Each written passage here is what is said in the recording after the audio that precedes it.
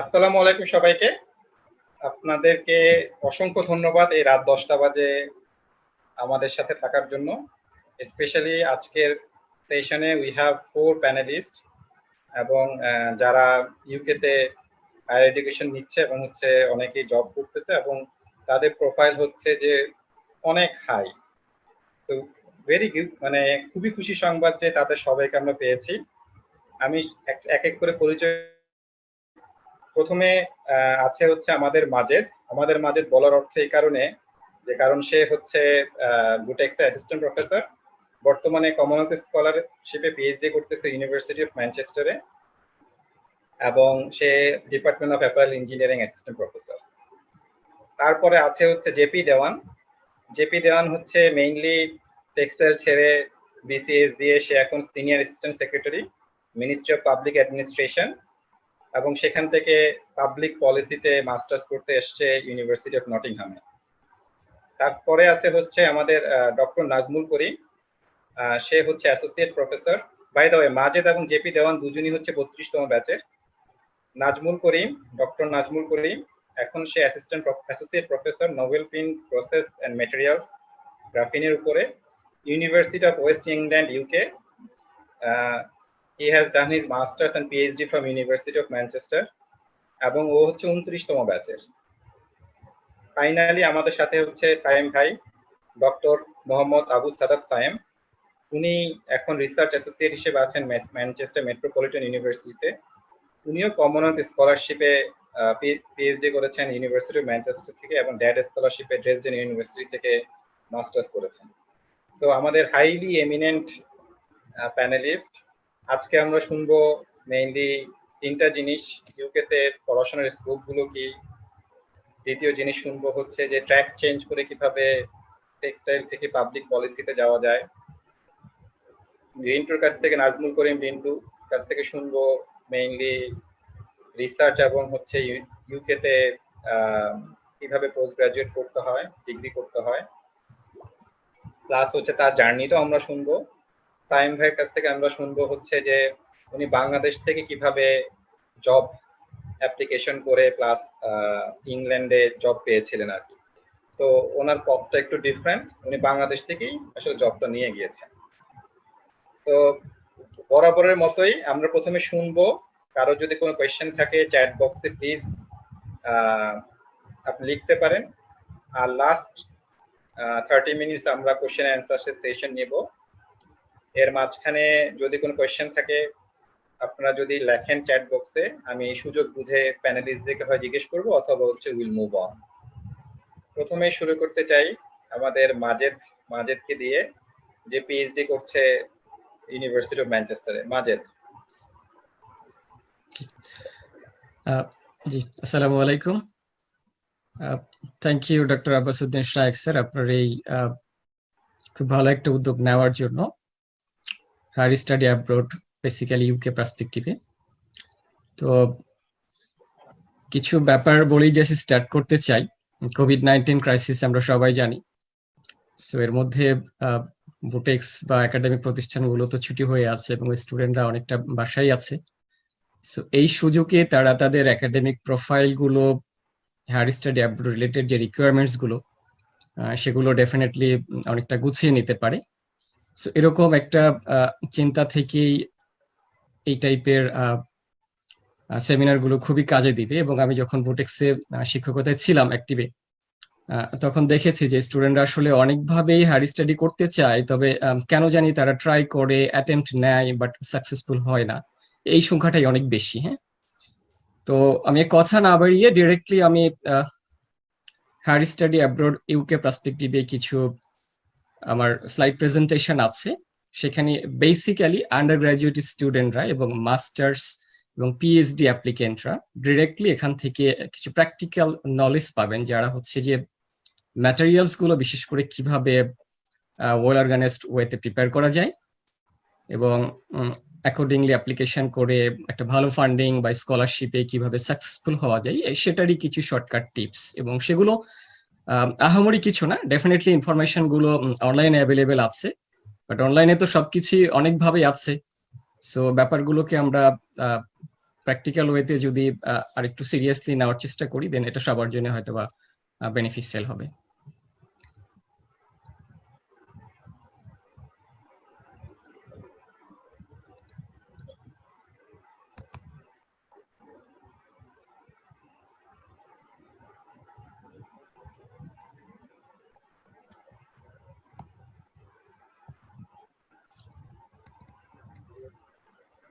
Alright. So আমি directly আমার presentation আউটলাইনেই চলে যাচ্ছি। হায়ার স্টাডি অ্যাব্রড ইউকে পার্সপেক্টিভে এই প্রেজেন্টেশনে যে ব্যাপারগুলো থাকবে সেটা বেসিক্যালি স্কলারশিপ এবং ফান্ডিং অপশনস অ্যাভেলেবেল ইউকের জন্য এবং রিকোয়ার্ড ম্যাটেরিয়ালস প্রিপারেশন। সিবি ইনসাইটে খুব বেশি যাব না, এটা নিয়ে হয়তো বা পরবর্তীতে অন্যভাবে ওয়ার্কশপ আয়োজন করা যেতে পারে যেখানে বাংলাদেশে আরো ভালো ভালো যারা আছেন তারা এগুলো করবেন। স্টেটমেন্ট অফ পারপাস খুব ইম্পর্টেন্ট, এটা নিয়ে কিছু কথা বলবো। দেন রিকমেন্ডেশন লেটার, দেন রিসার্চ প্রপোজাল, এটা নিয়ে হয়তো বা আমাদের এখানে আরো দুইজন প্যানেলিস্ট আছেন, বিশেষ করে ডক্টর সায়েম স্যার এবং ডক্টর নাজমুল করিম স্যার। ওনারা যে এগুলো নিয়ে অনেক বেশি প্রফাউন্ড, এগুলো নিয়ে হয়তো বা কথা আরো বেটার বলবেন। এন্ড দেন আমি লাস্টে কিছু ইউকে ইউনিভার্সিটি লিস্ট সেগুলো কিছু এখানে আউটলাইন টানবো। এনিওয়ে, ফার্স্ট অফ অল আমাদের আন্ডার গ্রাজুয়েট পাস করি অথবা মাস্টার্স পিএইচডি তে অ্যাপ্লিকেশনের জন্য আমাদের মাথায় আসে যে অ্যাকচুয়ালি স্কলারশিপ বা ফান্ডিং অপশন গুলো কি কি। সো ইউকে পার্সপেক্টিভে বা গ্লোবালি যে কোনো পার্সপেক্টিভ আমরা জানি যে scholarship funding definitely tough, not easy, but কেউ যদি সিস্টেমেটিক ওয়েতে ট্রাই করে অ্যাকর্ডিংলি তার প্রোফাইল গুলোকে এনরিচ করে দেন আমরা হোপফুল যে ফান্ডিং বা স্কলারশিপ হওয়ার চান্স অনেক বেশি। সো যে স্কলারশিপ গুলো অ্যাভেলেবেল আছে এখন সেগুলোর মধ্যে কমনওয়েলথ স্কলারশিপ, এটা 2 বা 3 ক্যাটাগরিতে আছে, যেমন Commonwealth scholarship for masters and PhD student এবং কমনওয়েলথ শেয়ারড স্কলারশিপ এবং কমনওয়েলথ স্প্লিট সাইট স্কলারশিপ, যেটা পিএইচডি স্টুডেন্টরা 12 মান্থের জন্য ইউকে ইউনিভার্সিটিতে করতে পারে। এরপরে আছে শেভেনিং স্কলারশিপ। কমনওয়েলথ এবং শেভেনিং এই দুইটাই ইউকের পার্সপেক্টিভে খুবই কম্পিটিটিভ স্কলারশিপ। দেন এরপরে আরো কিছু স্কলারশিপ আছে, সেটা হচ্ছে ইউকে ইউনিভার্সিটি স্কলারশিপ, যেটা হাইলি কম্পিটিটিভ, অনেক ইউনিভার্সিটি ডিপার্টমেন্ট ফ্যাকাল্টি বা রিসার্চ প্রজেক্টের আন্ডারে স্কলারশিপ গুলো বা ফান্ডিং গুলো দেওয়া হয়ে থাকে। এন্ড দেন এর বাইরেও আরো ফান্ডিং সোর্স থাকতে পারে। এন্ড দেন বাংলাদেশ থেকে আরো আমার জানা মতে 2টা সোর্স আছে, একটা হচ্ছে বঙ্গবন্ধু ফেলোশিপ, যেটা সায়েন্স এন্ড ইঞ্জিনিয়ারিং স্টুডেন্টদেরকে দেওয়া হয়, আরেকটা হচ্ছে প্রাইম মিনিস্টার্স ফেলোশিপ, যেটা এখানে আমার বন্ধু জেপি দেওয়ান সেটাতে, এবং আরো সোর্স থাকতে পারে। এনিওয়ে, ফান্ডিং অপরচুনিটিস গুলো জন্য যে রিলায়েবল এবং কম্প্রিহেনসিভ সোর্স অফ ইনফরমেশন আছে সেগুলো এখানে আমি কিছু লিংক দিয়ে দিয়েছি। For example find a PhD, find a masters, এই ধরনের কিছু লিঙ্কে আপনারা ক্লিক করে সার্চ করে দেখতে পারেন যে অ্যাভেলেবেল অপরচুনিটি গুলো কোথায় আছে। অলরাইট, সো ইউকে ইউনিভার্সিটি গুলোতে ফান্ডিং বা স্কলারশিপের যে টার্মস এন্ড কন্ডিশন গুলো থাকে, একটা হচ্ছে স্কলারশিপ, ফুলি ফান্ডেড স্কলারশিপ, যেটা হাইলি কম্পিটিটিভ এবং প্রোফাইল ডেফিনেটলি অনেক ওয়েল অর্গানাইজড স্ট্রং হতে হয়। দেন ফেলোশিপ, হাইলি পেইড এবং কম্পিটিটিভ অফকোর্স, এবং আরেকটা আছে হচ্ছে রিসার্চ অ্যাসিস্ট্যান্টশিপ বা আরএশিপ, যেখানে স্টুডেন্টদেরকে রিসার্চ ওয়ার্ক করতে হয় এবং সেটার এগেনস্টে তারা টিউশন ফি এবং লিভিং কস্ট গুলোকে কভার করে। এন্ড দেন আছে হচ্ছে টিচিং অ্যাসিস্ট্যান্টশিপ বা টিএ, এখানে স্টুডেন্টরা তাদের প্রফেসরদের লেকচার ম্যাটেরিয়ালস প্রিপেয়ার করে এবং স্টুডেন্টদের একাডেমিক স্কিল ডেভেলপমেন্টের জন্য কাজ করে এবং টিচিং এবং লার্নিং অ্যাক্টিভিটিস গুলোকে সাপোর্ট করে। এছাড়া আরো কিছু ফান্ডিং অপরচুনিটি আছে, for example tuition fee simply wave হতে পারে বা আদার্স লিভিং কস্ট অন্যান্য কিছু স্টুডেন্ট পার্ট টাইম জব করে ম্যানেজ করতে পারে। সো স্কলারশিপ অপরচুনিটি গুলো আমরা দেখলাম। দেন এবার আসি আমাদের ম্যাটেরিয়ালস গুলো কি কি লাগে। ইনিশিয়ালি আন্ডার গ্রাজুয়েট পাস করে স্টুডেন্টদের এই ম্যাটেরিয়ালস গুলো অনেক সময় গোছানো থাকে না এবং তারা 1-2 ইয়ার্স পার করে দেয়, তারপরেও তাদের এই ম্যাটেরিয়ালস গুলোই ঠিক মতো গুছিয়ে ওঠে না। অ্যাট দ্য সেম টাইম তারা হায়ার স্টাডি আপডেটের ড্রিমটা নিয়েই থাকে, বাট ভেরি সিম্পলি মাঠে নেমে ফুটবল খেলেই তো গোল করতে হবে, বেসিক্যালি মাঠের বাইরে থেকে গোল দেবো এরকম চিন্তা করা যাবে না, হ্যাঁ, এবং খুব অ্যাক্টিভলি ম্যাটেরিয়ালস গুলো এখানে গোছাইতে হবে। এনিওয়ে, সো পাসপোর্ট যত তাড়াতাড়ি সম্ভব করে নেওয়া চাই, একাডেমিক ট্রান্সক্রিপ্ট এবং সার্টিফিকেট যখন আন্ডার গ্রাজুয়েট রেজাল্ট হয়ে যায় বা মাস্টার্স রেজাল্ট হয়ে যায় তখনই ইউনিভার্সিটি থেকে তাদের true copy notarized true copy attested করে নিতে হবে। অ্যান্ড দেন আইএলস এক্সাম বা টোফেল এক্সাম ইউকের পার্সপেক্টিভে প্রেফার্ড ওয়ান আইএলস। সো এটা যত তাড়াতাড়ি সম্ভব একটা আইএলস স্কোর দরকার, 6.5 স্কোর হচ্ছে মিনিমাম সেফ একটা স্কোর। দেন পার্সোনাল স্টেটমেন্ট, যেটা খুবই ইম্পর্টেন্ট, 500 to 1000 ওয়ার্ডস অ্যারাউন্ড হতে পারে, বাট এটা ইউনিভার্সিটি ভ্যারি করে ইনস্ট্রাকশনটা। দেন রিকমেন্ডেশন লেটার, খুবই ইম্পর্টেন্ট একটা ব্যাপার। কোন কোন ইউনিভার্সিটিতে 2টা অথবা 3টা রিকমেন্ডেশন লেটার সাধারণত রিকোয়ারমেন্টস থাকে। সো এর মধ্যে একাডেমিক, রেফারি এবং একটা প্রফেশনাল এনিওয়ে এরকম হতে পারে। দেন পিএইচডি অ্যাপ্লিকেন্টস এবং মাস্টার্স বা রিসার্চ, বিশেষ করে পিএইচডি অ্যাপ্লিকেন্টের জন্য আমার মনে হয়েছে একটা স্ট্রং রিসার্চ প্রপোজাল খুবই ইম্পর্টেন্ট। এবং এই জায়গায় সোফার আমি অনেক টেক্সটাইল গ্র্যাজুয়েটদেরকে চিনি যারা অনেক বেশি সাফার করে, স্ট্রাগল করে, যে একটা ভালো রিসার্চ প্রপোজালই তারা অনেক সময় তৈরি থাকে না। And then UK fashion apparel education যোগগুলোর জন্য বেশ ভালো। সো সেক্ষেত্রে ফ্যাশন গ্র্যাজুয়েটদের জন্য পোর্টফোলিওটা খুব বেশি দরকার হয়ে থাকে। অ্যান্ড দেন সিবি, অফকোর্স, যে এক্সপেক্টেড ইনফরমেশন গুলো চাওয়া হয় সিবিতে, সেগুলো অফকোর্স থাকতে হবে এবং ইনফরমেশন গুলো আই ক্যাচিং হওয়া চাই। অ্যান্ড দেন অ্যাপ্লিকেশন করতে আর একটা যেটা লাগে, একটা ফিল্ড অ্যাপ্লিকেশন ফর্ম। একটা ব্যাপার জেনে রাখা ভালো যে এই ম্যাটেরিয়ালস গুলো খুব প্রোঅ্যাক্টিভলি আমাদেরকে গোছাইতে হবে এবং ইউকের ইউনিভার্সিটি গুলো ইন জেনারেল ফান্ডিং গুলো ফল সেশনে হয়ে থাকে এবং প্রত্যেকটা অ্যাপ্লিকেশনে 6, 7, 8 মান্থ আগে আমাদের স্টার্ট করতে হবে। সো আদারওয়াইজ আমাদের ডেডলাইন গুলো বা আদার্স অ্যাপ্লিকেশন প্রসিডিউর গুলো মেনটেন করা অনেক সময় টাফ হয়ে যায়। এনিওয়ে, সো ম্যাটেরিয়ালস এর মধ্যে যে ব্যাপারটা বলছিলাম, যে আন্ডার গ্রাজুয়েট পরীক্ষা বা মাস্টার্স এর এক্সামিনেশনের সার্টিফিকেট দিলেই আমাদের কন্ট্রোলার সেকশন থেকে একটা ট্রু কপি উঠাইতে হবে অথবা কোথাও কোথাও নোটারাইজড কপি চাই। সেইটা আপনার ইনফরমেশন নিলেই পেয়ে যাবেন। অ্যান্ড দেন যে কোনো স্কলারশিপ বা ফান্ডিং এ অ্যাপ্লিকেশন করার আগে বা অ্যাপ্লিকেশন করার সময় তাদের রিকোয়ারমেন্টস গুলো আমাদের খুব ক্রিটিক্যালি দেখা উচিত। ফর এক্সাম্পল, এখানে কমনওয়েলথ স্কলারশিপ কমিশন ইউকে তাদের সিলেকশন ক্রাইটেরিয়া গুলো এখানে দিয়ে দেওয়া আছে। এখানে বিভিন্ন প্রাইমারি এবং সেকেন্ডারি ক্রাইটেরিয়া গুলো আছে, যেগুলো একটা অ্যাপ্লিকেশন ফর্ম, একটা ক্যান্ডিডেটের অ্যাপ্লিকেশন ফর্ম যখন অ্যাডমিশন কমিটি যখন ইভ্যালুয়েট করে, তখন ডেফিনেটলি তারা এই প্রাইমারি এবং সেকেন্ডারি ক্রাইটেরিয়ার এগেইনস্টে সেখানে মার্কিং বা স্কোরিং করে থাকে এবং অ্যাকর্ডিংলি তারা ক্যান্ডিডেটকে সর্ট আউট করে থাকে। So right thing, I mean primary এবং সেকেন্ডারি ইন্ডিকেটর বা রিকোয়ারমেন্টস গুলো কি, এইটা অফকোর্স জানা উচিত।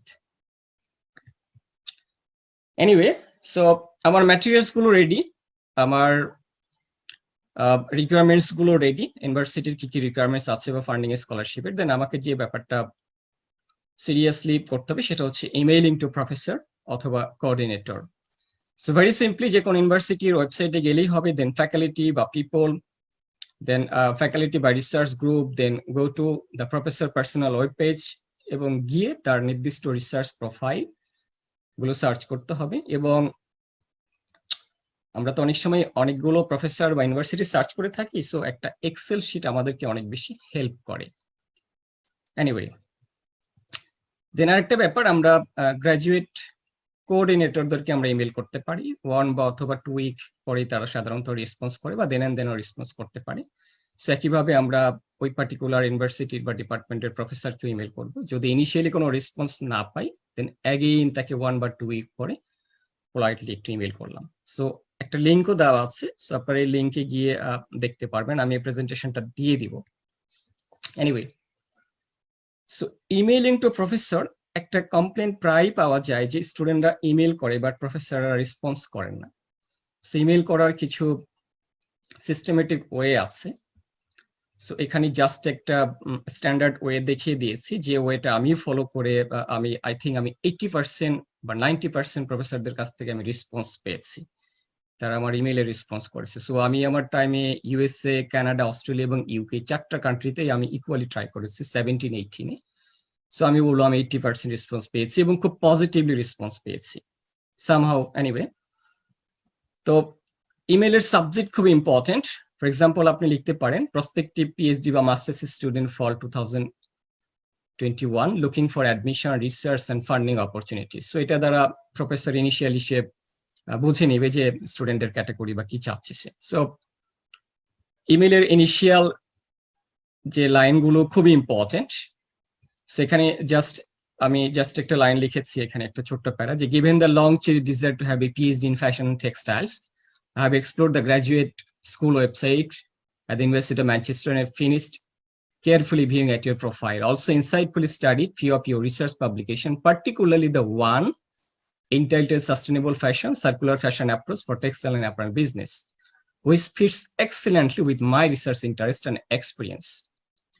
The way you have illustrated and the diversified implications and innovative solution for circular fashion approach fascinates me highly, and I want to work on circular fashion approach for Bangladesh textile and apparel industry. So basically, it's a typical approach, and therefore I would like to know about any research and funding opportunity to work with you. So, and then এর সাথে আপনি আপনার প্রোফাইলের খুবই যে একটা summary, for example আপনার job experience, current working position, and then আপনার আন্ডারগ্রাজুয়েট সিজিপিএ যদি ভালো থাকে মেনশন করে দিতে পারেন, আন্ডারগ্রেড মাস্টার যদি ভালো না থাকে দেওয়ার দরকার নেই technically, IELTS score, and then আপনার যদি রিসার্চ পাবলিকেশন কনফারেন্স এগুলো এক্সপিরিয়েন্স থাকে দিয়ে দিবেন, এবং সাথে সিবি বা স্টেটমেন্ট অফ পারপাস অ্যাটাচমেন্ট বা ইন জেনারেলি একটা সিবি দিলেই চলে। এই নিচের ইনফরমেশন গুলো ইম্পর্টেন্ট। অনেক সময় প্রফেসরকে ইমেল করলে আপনার CV statement of purpose 3-4 page তার পড়ার সময় নেই। সো ইনিশিয়ালি ইমেলে যদি সে বুঝতে পারে যে তার রিসার্চ ইন্টারেস্টের সাথে স্টুডেন্টের রিসার্চ ইন্টারেস্ট মিল আছে, এবং এখান থেকে আপনার প্রোফাইলে সে ওভারঅল একটা জাজমেন্ট করতে পারবে, সো তার ইমেল ব্যাক না করার খুব বেশি কারণ নাই এখানে। হ্যাঁ, এনিওয়ে, সো এটা একটা টাইপিক্যাল অ্যাপ্রোচ। আরো অনেকভাবে অ্যাপ্রোচ গুলো হইতে পারে। সামহাউ আপনাকে প্রফেসরকে ইমপ্রেস করতে হবে আপনার ইমেলের মাধ্যমে। এন্ড দেন এবার আমরা আসি পার্সোনাল স্টেটমেন্ট, খুবই ইম্পর্টেন্ট একটা ব্যাপার। আমি খুবই এলাবোরেট ভাবে এখানে লিখেছি, যদিও এখনই সময়গুলো নাই, বাট এটা এ কারণে লিখেছি প্রেজেন্টেশনটা যেহেতু ডিস্ট্রিবিউট করে দেওয়া হবে, পরে এগুলো আপনারা খুব কনসেন্ট্রেশন দিয়ে এগুলো বুঝে নেবেন ব্যাপারগুলো। জাস্ট কয়েকটা ব্যাপার হাইলাইট করতে চাই পার্সোনাল স্টেটমেন্টে। ফার্স্ট প্যারা is very important. First impression is the best impression যে কথাটা বলা চলে, সেখানে ফার্স্ট প্যারাই আপনার রিসার্চ যে এনিওয়ে আপনার পার্সোনাল স্টেটমেন্ট রিলেটেড ইনফরমেশন গুলো এমন ভাবে দিতে হবে যেন প্রফেসর যখন এগুলো ইভ্যালুয়েট করবে অ্যাডমিশন কমিটি একটা আই ক্যাচিং একটা ইমপ্রেশন চলে আসে। দেন পার্সোনাল স্টেটমেন্টে আরো যে কোর ইনফরমেশন গুলো দিতে হবে, যেমন রিলেট টু কারেন্ট স্টাডি, আপনার কারেন্ট স্টাডি রিলেটেড বা সাবজেক্ট রিলেটেড টেকনিক্যাল স্কিল এগুলোর সাথে রিলেট করতে হবে, এবং কেন ওই পার্টিকুলার মাস্টার্স বা পিএইচডি প্রোগ্রামে আপনি স্টাডি করতে চান সেই ধরনের ইনফরমেশন গুলো এখানে প্রপারলি ডেমনস্ট্রেট করতে হবে। And then past work experience, আপনার প্রাইভেট এবং পাবলিক বা ইন্ডাস্ট্রি সেক্টরে যে ওয়ার্ক এক্সপিরিয়েন্স গুলোই থাক না কেন আপনার ইন্টেন্ডেন্ট স্টাডির যে এরিয়া সেটার সাথে রিলেট করতে হবে। এন্ড দেন আপনার যতগুলো এক্সট্রা কারিকুলার অ্যাক্টিভিটিস ইন্টারেস্ট আছে সেগুলো যত ভালোভাবে প্রেজেন্ট করা যায়, managerial skill, leadership skill, whatever, সেগুলো খুবই ইম্পর্টেন্ট। অনেক সময় স্টুডেন্টরা রেজাল্ট খুব ভালো, এক্সট্রা কারিকুলার অ্যাক্টিভিটিসও হয়তো আছে, বাট অনেক সময় তারা এই পার্সোনাল স্টেটমেন্টে তারা মেনশন করে না, সো এটা একটা ইম্পর্টেন্ট পয়েন্ট। এন্ড দেন আরেকটা প্যারা যেটা পার্সোনাল স্টেটমেন্টে দিতে হয়, হোয়াই দিস ইউনিভার্সিটি, খুব ইম্পর্টেন্ট। সো এখানে লেখা যেতে পারে যে আমি ইউনিভার্সিটি ওয়েব প্রোফাইল সার্চ করেছি, এটার বিভিন্ন রিসার্চ স্ট্রিমগুলো আমি দেখেছি, প্রফেসরদের প্রোফাইলও দেখেছি যেগুলো আমার ইন্টারেস্টের সাথে অনেক বেশি ম্যাচ করে। এন্ড দেন লাস্টে একটা কনক্লুডিং প্যারাগ্রাফ যেখানে হচ্ছে summarise your research interest, subject and skill and experience. So এই কথাগুলোতে অনেক কিছু বোঝার আছে, সময় খুব বেশি নেই এ কারণে আসলে ইন ডিটেলস যাওয়া যাচ্ছে না, বাট ইনফরমেশন গুলো যদি আপনারা মনোযোগ দিয়ে পড়েন, I hope it will be useful. And then research proposal, এখানে ডক্টর সাইম স্যার এবং ডক্টর নাজমুল করিম স্যার আছেন, ওনারা এগুলো খুবই ভালো বোঝেন। সো আমি এক্সপেক্ট করবো ওনারা হয়তো বা কি দু একটা কথা বলবেন। ওনারা ইভেন মাস্টার্স পিএইচডি অনেক অ্যাপ্লিকেশন ওনারা ইভ্যালুয়েশনের সাথেও জড়িত আই থিঙ্ক, সো ওনারা কিছু ব্যাপার এখানে হাইলাইট করবেন। জাস্ট আমি একটা জাস্ট জেনারেল স্ট্রাকচারটা এখানে আউটলাইন করার চেষ্টা করেছি। রিসার্চ প্রপোজাল লেখার আগে please check with the relevant department for the specific information and expectation of the research proposal, because research proposal department to department professor to professor, even research stream to stream vary করে। So accordingly their requirements and expectation প্রপোজালটা start করতে হবে। And then clear working title for a research project, create a clear working title anyway. Introduce your proposal along with problem statement and research context. আমরা জানি যে initial একটা introduction দিতে হয়, সেখানে আমরা কি প্রবলেম নিয়ে রিসার্চ করতে চাই বা রিসার্চ কনটেক্সট কি, খুবই শর্ট এগুলো ডিসক্রাইব করতে হবে। Review the relevant literature, theories and in relating to your proposed research area. So literature review বলতে আমরা যে ব্যাপারটা বুঝি, খুবই শর্টকাট এবং লেটেস্ট রিসার্চ সাপোর্ট গুলো দেওয়া এক্সপেক্টেড। And then হচ্ছে summarize the central aim and research question. So research aim question গুলোকে এখানে summarize করতে হবে, খুবই শর্টকাট, 2 বা 3 research aim objective থাকতে পারে। And then outline of research methodology, data generation, data collection, analysis in detail. So and then হচ্ছে যে আমার পিএইচডি প্রপোজালের জন্য একটা টাইম টেবিল আউটলাইন করা যেতে পারে। So and finally reference add করা যেতে পারে। সো এটা খুবই basic structure of research proposal. এই রিসার্চ প্রপোজাল গুলোকে যে যত ভালোভাবে পারে এগুলোকে আসলে স্ট্রেংথ ইনক্রিজ করা যায়। সো আমি এখানে কিছু ইউজফুল লিংক দিয়ে দিয়েছি যেগুলো আপনাদের হেল্প করবে একটা ভালো রিসার্চ প্রপোজাল কিভাবে রাইট আপ করা যায়। এন্ড দেন সিভিউর আর রিজিউম, এটা নিয়ে কথা বলতে চাচ্ছি না, বাট একটা ভালো রিজিউম কিভাবে লেখা যায় গুগল করলেই আপনারা অনেক ইনফরমেশন পেয়ে যাবেন। বাট একটা রিজিউমে যে বেসিক ইনফরমেশন গুলো বিশেষ করে মাস্টার্স এবং পিএইচডি অ্যাপ্লিকেন্টের জন্য ইম্পর্টেন্ট, সেগুলোর মধ্যে আপনার রিসার্চ ইন্টারেস্ট, এডুকেশন ব্যাকগ্রাউন্ড, আপনার টিচিং বা প্র্যাকটিক্যাল জব এক্সপিরিয়েন্স, পাবলিকেশন বা কনফারেন্স রিলেটেড এক্সপিরিয়েন্স, আপনার যদি কোনো রিসার্চ এক্সপিরিয়েন্স থাকে সেগুলো, এক্সট্রা কারিকুলার অ্যাক্টিভিটিস, অ্যাওয়ার্ড এবং সফট স্কিল, এই ব্যাপারগুলো একটা মাস্টার্স এবং পিএইচডি ক্যান্ডিডেটের জন্য তাদের সিভিতে ইনক্লুড করলে আই থিঙ্ক বেসিক যে এক্সপেকটেশন থাকে একটা সিভি থেকে সেগুলো অনেকটাই ফুলফিল হয়ে যায়। সো একটা ভালো সিভি রাইট আপের জন্য অনেকগুলো লিংক দেওয়া আছে এখানে, আপনারা এগুলো সার্চ করতে পারেন। এন্ড দেন আন্ডারগ্রেড স্টুডেন্টদের জন্য কস্ট একটা ইম্পর্টেন্ট ইস্যু, বিশেষ করে জব স্যালারি খুব কম থাকে, অনেকে জব করেন না, শুধুমাত্র হায়ার স্টাডির জন্য প্রিপারেশন নেন। সো ইউকের পার্সপেক্টিভে কস্ট ইন জেনারেল একটা পাসপোর্ট তো লাগেই অ্যাপ্লিকেশনের সময়, সো আই থিঙ্ক 5000 এরকম একটা অ্যামাউন্ট। দেন আইএলস এক্সাম দিতে হয় যেটার অ্যামাউন্ট 17,000। সো আইএলস এক্সামে আমরা জানি যে 5টা ইউনিভার্সিটিতে আইএলস এর ইলেকট্রনিক স্কোর গুলো ফ্রিলি পাঠানো যায়। সো এই বেনিফিটটা ইউটিলাইজ করতে হবে। অ্যান্ড দেন পার ইউনিভার্সিটি ইউকেতে অ্যাপ্লিকেশনের ফিজ ইন জেনারেলি 50 থেকে 100 পাউন্ড এরকম থাকে।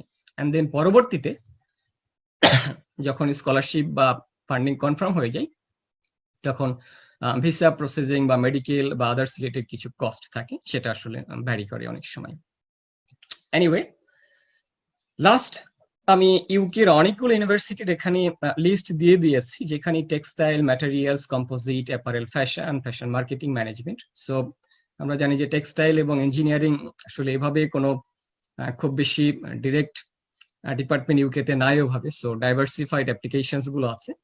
সো যে ইউনিভার্সিটি গুলো লিস্ট দেওয়া হয়েছে, আপনারা প্রত্যেকটা ইউনিভার্সিটির লিংক ধরে ধরে গিয়ে ওই পার্টিকুলার ইউনিভার্সিটিতে স্টাডি করলে, ডিপার্টমেন্ট, ফ্যাকাল্টি এবং প্রফেসরদের প্রোফাইল স্টাডি করলে আই হোপ পিএইচডি ক্যান্ডিডেটের জন্য এগুলো খুব ইউজফুল ইনফরমেশন হবে।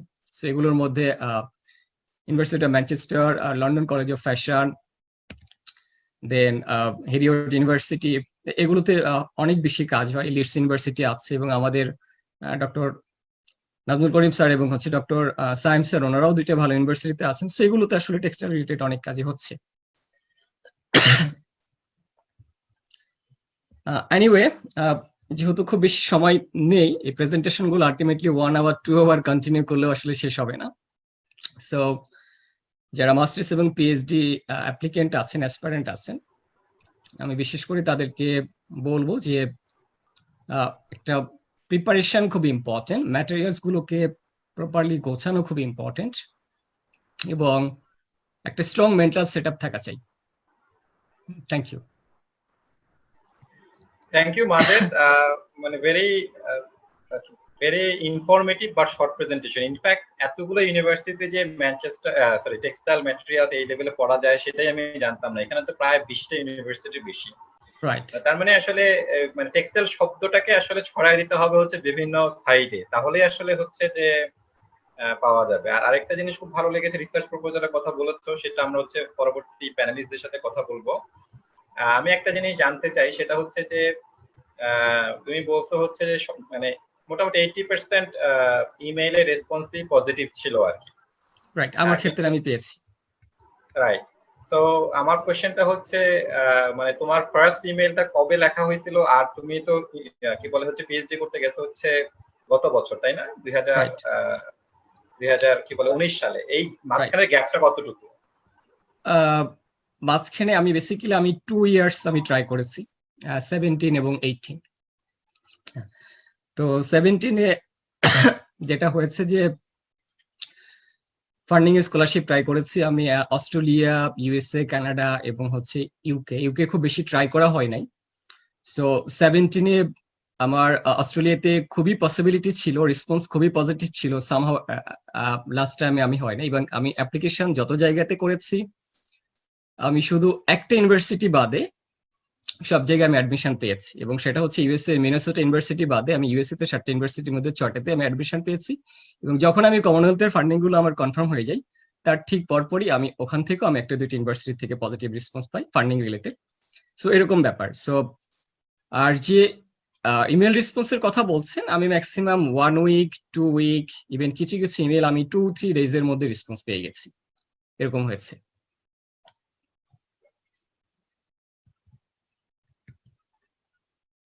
স্যার একবার ইলেকট্রিসিটি চলে গেছে, so better you continue I guess.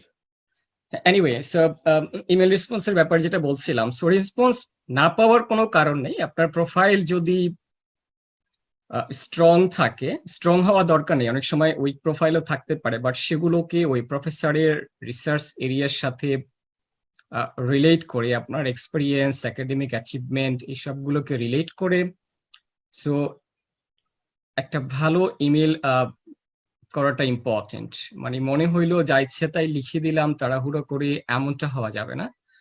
হ্যাঁ, সো আর ইমেলের প্রত্যেকটা ল্যাঙ্গুয়েজ, প্রত্যেকটা ইনফরমেশন এগুলো ইম্পর্টেন্ট। সো আমার ক্ষেত্রে আমি এটা পেয়েছি, আমি 75, 80, 85% রেসপন্স পেয়েছি, এবং কিছু কিছু ইমেল রেসপন্স পেয়েছি যেগুলো খুবই কর্ডিয়াল ছিল, খুবই কর্ডিয়াল ছিল।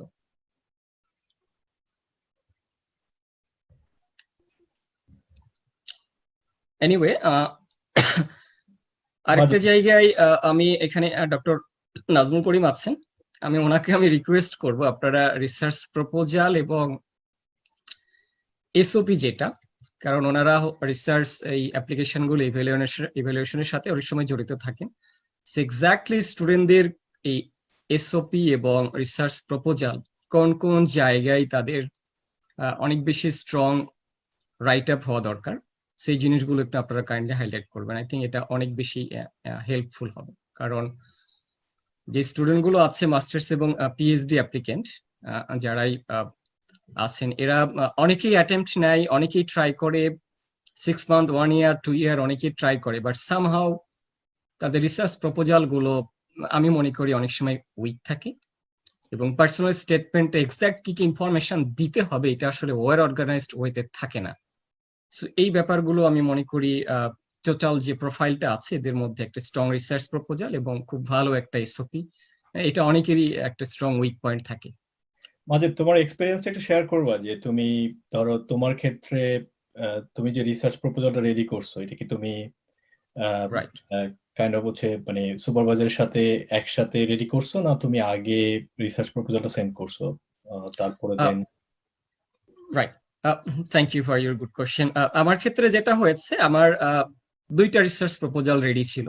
আমি অস্ট্রেলিয়া, কানাডা এবং ইউকে বেসে যেখানে ট্রাই করি, আমার 2টা রিসার্চ প্রপোজাল আমার রেডি ছিল।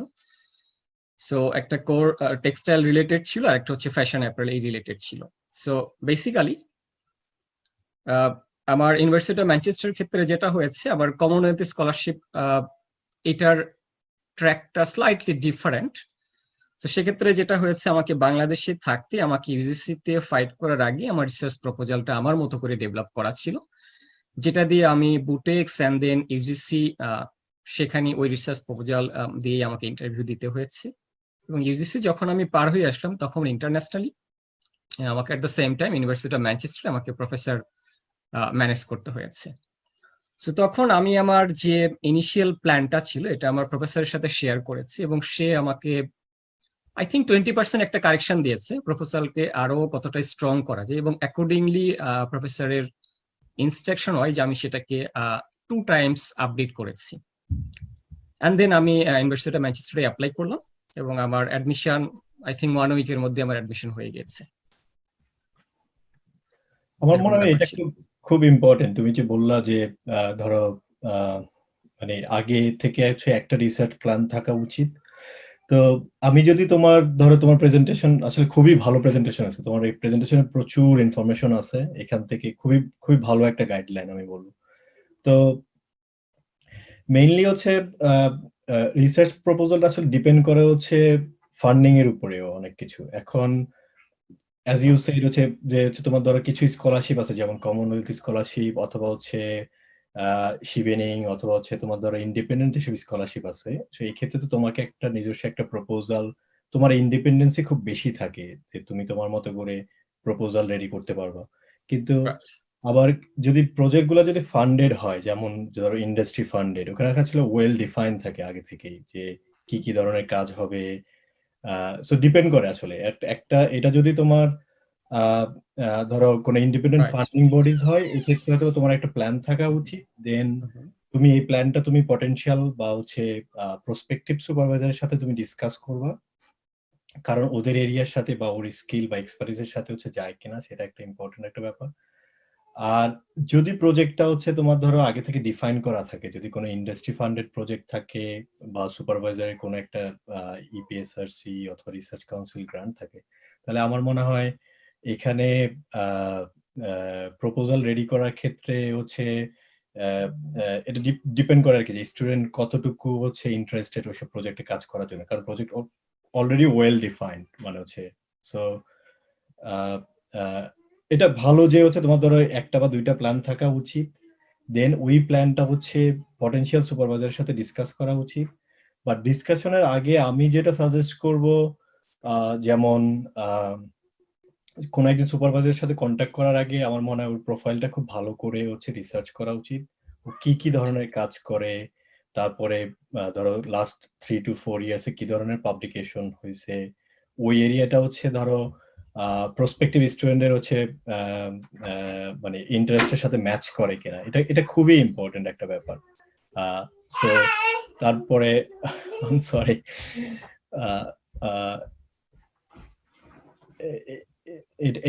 এটা হচ্ছে একটা ব্যাপার আর কি। ওকে, সো এখানে আরেকজন আছেন, ডক্টর সায়েম স্যার আছেন, ওনারা আমি জানি আপনারা দুইজনই এই টোটাল অ্যাপ্লিকেশন মাস্টার্স এবং পিএইচডি অ্যাপ্লিকেশন ম্যাটেরিয়ালস গুলো ইভ্যালুয়েশনের সাথেও হয়তো আপনারা অনেক সময় জড়িত থেকে থাকতে পারে। সো এই জায়গাগুলোতে একজন আন্ডারগ্রেড স্টুডেন্ট বা মাস্টার্স বা পিএইচডির জন্য যখন অ্যাপ্লাই করে, তখন আসলে এসওপি এবং প্রপোজালের কোন জায়গাগুলোতে অনেক বেশি ফোকাস করা হয় বা কি ধরনের এক্সপেকটেশন থাকে সাধারণত? মানে তুমি কি কোশ্চেনটা ডাইরেক্টলি আমাকে করছো নাকি?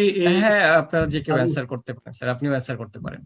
আচ্ছা, আমার যতটুকু এক্সপেরিয়েন্স আছে আর কি এই ধরনের পিএইচডি অ্যাপ্লিকেশন ইভ্যালুয়েশনের ক্ষেত্রে, তো আমরা প্রথমত দেখি যে স্টুডেন্টটা ক্যাপাবল কিনা টু ডু রিসার্চ।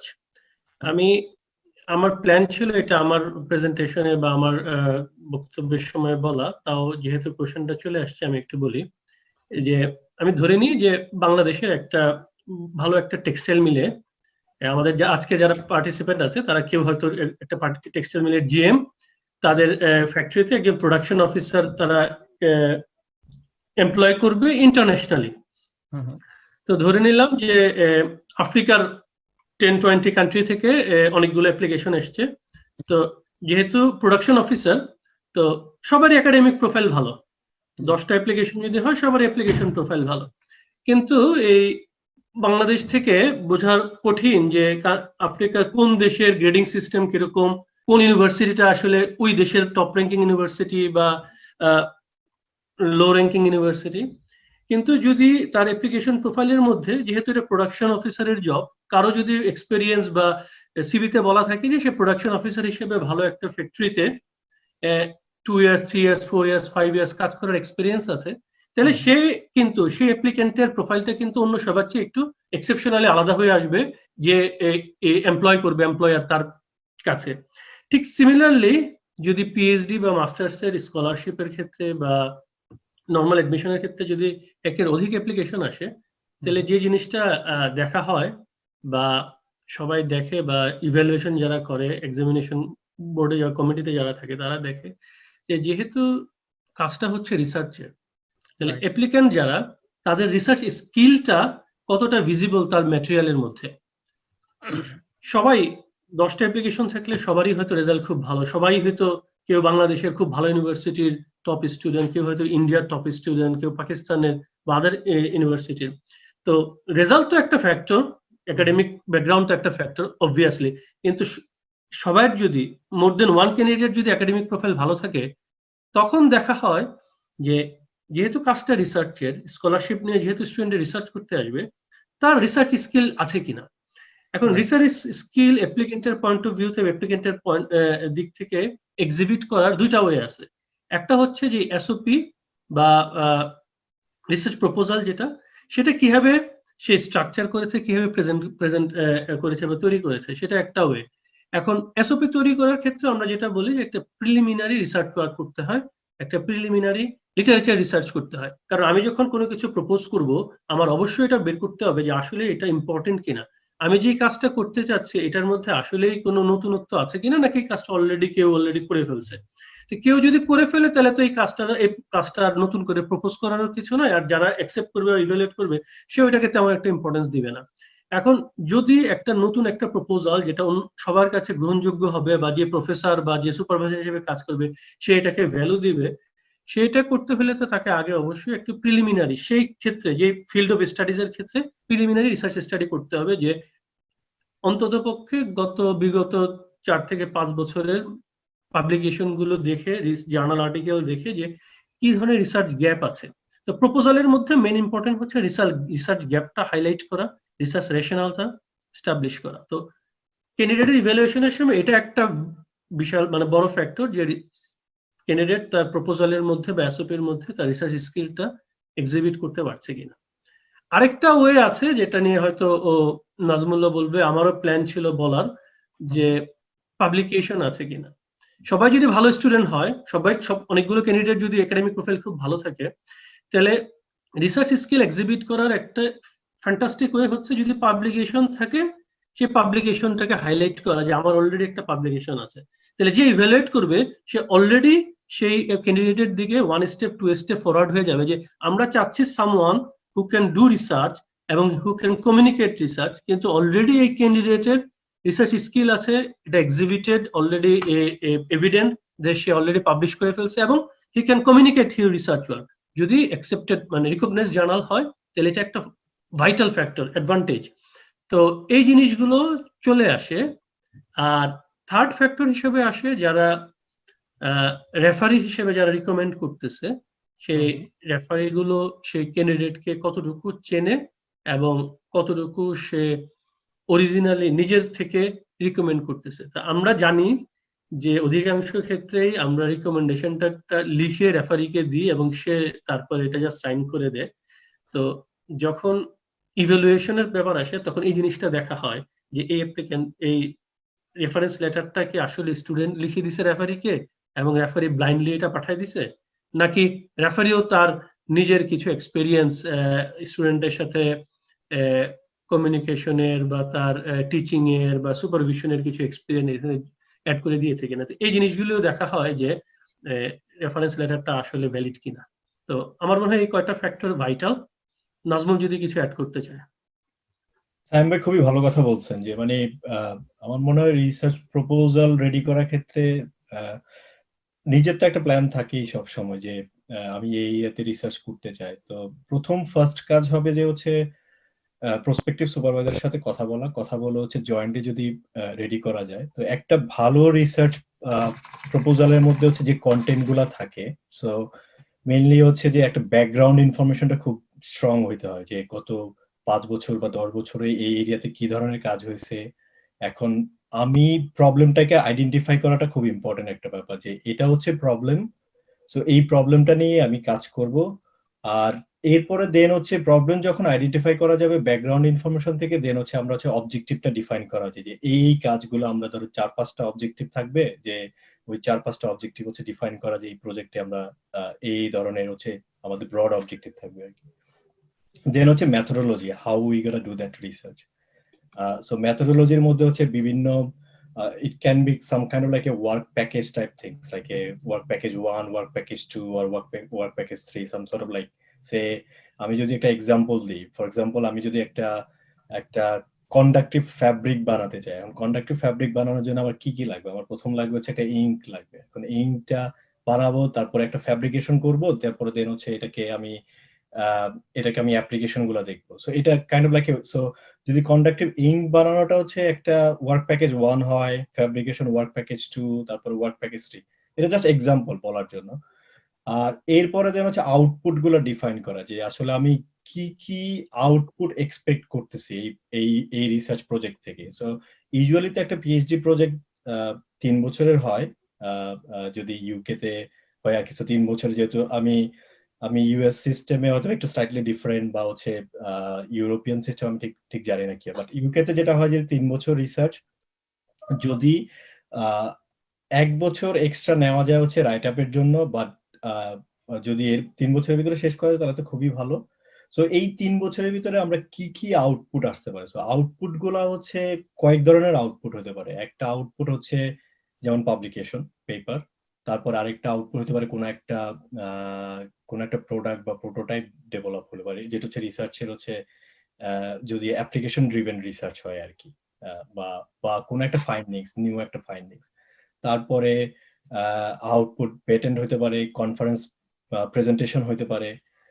তারপরে লাস্ট যেটা খুবই ইম্পর্টেন্ট, সেটা হচ্ছে একটা টাইমলাইন থাকা উচিত, একটা গ্যান্ট চার্টের মতো, অথবা হচ্ছে কোনো একটা টাইমলাইন, আমি কতটুকু সময়, মানে হচ্ছে একটা প্ল্যান থাকা। এটাকে খুবই মানে একদম অ্যাকুরেট হতে হবে অনেক কোনো কথা নাই, যেমন আমি 6 মাস, প্রথম 3 থেকে 6 মাস অথবা আমি লিটারেচার রিভিউ করব, বা প্রথম 3 থেকে 6 মাস আমি হয়তো কোনো একটা স্কিল ট্রেনিং নিব, তারপর হয়তো আমি আমার ল্যাবরেটরি কাজ শুরু করব। সো এরকম একটা 3 বছরের একটা প্ল্যান থাকা উচিত। সো প্ল্যানিং করার সময় যে জিনিসটা আসলে মনে রাখা উচিত, যে প্রথম দিকে হয়তোবা অনেক সময় স্পেন্ড করতে হবে হচ্ছে স্কিল ট্রেনিং আর হচ্ছে লিটারেচার রিভিউর ক্ষেত্রে, ব্যাকগ্রাউন্ড ইনফরমেশনের ক্ষেত্রে, অথবা হচ্ছে বিভিন্ন মেশিনের উপরে ট্রেনিং এর জন্য আর কি।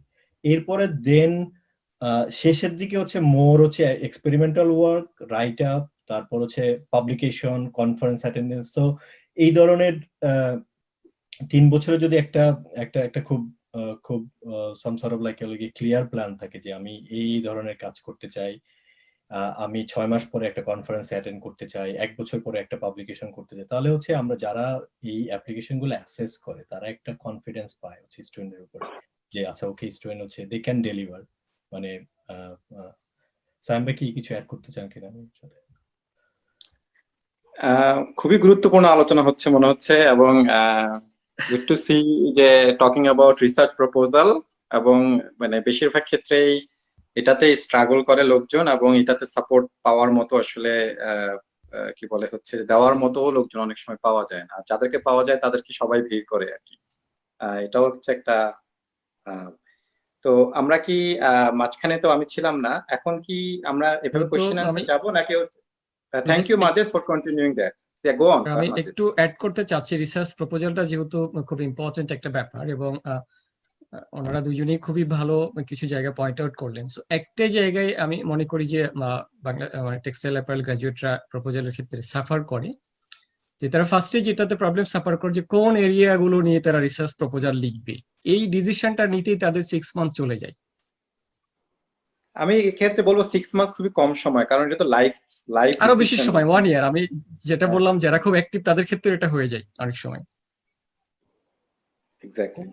আমার মনে হয় কোন এরিয়া নিয়ে রিসার্চ করব, এটা খুবই ভালো একটা ভালো একটা পয়েন্ট আসলে। কারণ হচ্ছে কি আসলে কোন এরিয়া নিয়ে রিসার্চ করবো তার আগে হচ্ছে আসলে যেটা ইম্পর্টেন্ট সেটা হচ্ছে সবারই নিজের একটা ইন্ডিভিজুয়াল প্ল্যান থাকা উচিত 3 বছরের জন্য বা 5 বছরের জন্য। ওকে, আমি মানে হচ্ছে প্রথম হচ্ছে একটা ব্রড প্ল্যান থাকা উচিত যে আমি 5 বছর বা 10 বছরে আমি কোথায় যেতে চাই, মানে কোথায় আমার পজিশনটা হবে। এরপর then you can break it down into like 3 years 2 years something like that. এখন আমি যে এরিয়াতে রিসার্চ করার আমার ইচ্ছা, ওই প্ল্যানের সাথে আমার রিসার্চের প্ল্যান কি যায় কিনা, এটা খুবই ইম্পর্টেন্ট একটা ব্যাপার। মানে এখন আমি যদি শুধু একটা ডিগ্রির জন্য ডিগ্রি নিয়ে তো লাভ নেই। এখন মানে আমার নিজের personal opinion, it could be different. মানে আমার নিজের পার্সোনাল ওপিনিয়ন হচ্ছে শুধু আমার তো নামের পাশে শুধু ডক্টর দিয়ে আমার লাভ নেই। আমার হচ্ছে আমার তো 3 বছর একটা বা 3 বছর বা 5 বছর একটা প্ল্যান আছে। এই প্ল্যানের মধ্যে কি আমার পিএইচডিটা যায় কিনা বা মাস্টার্সটা যায় কিনা, সেটা আসলে খুবই ইম্পর্টেন্ট। এখন টপিক সিলেকশনের ক্ষেত্রে আসলে কি অবশ্যই এটা it's not a easy job. এটা আই অ্যাপ্রিশিয়েট দ্যাট।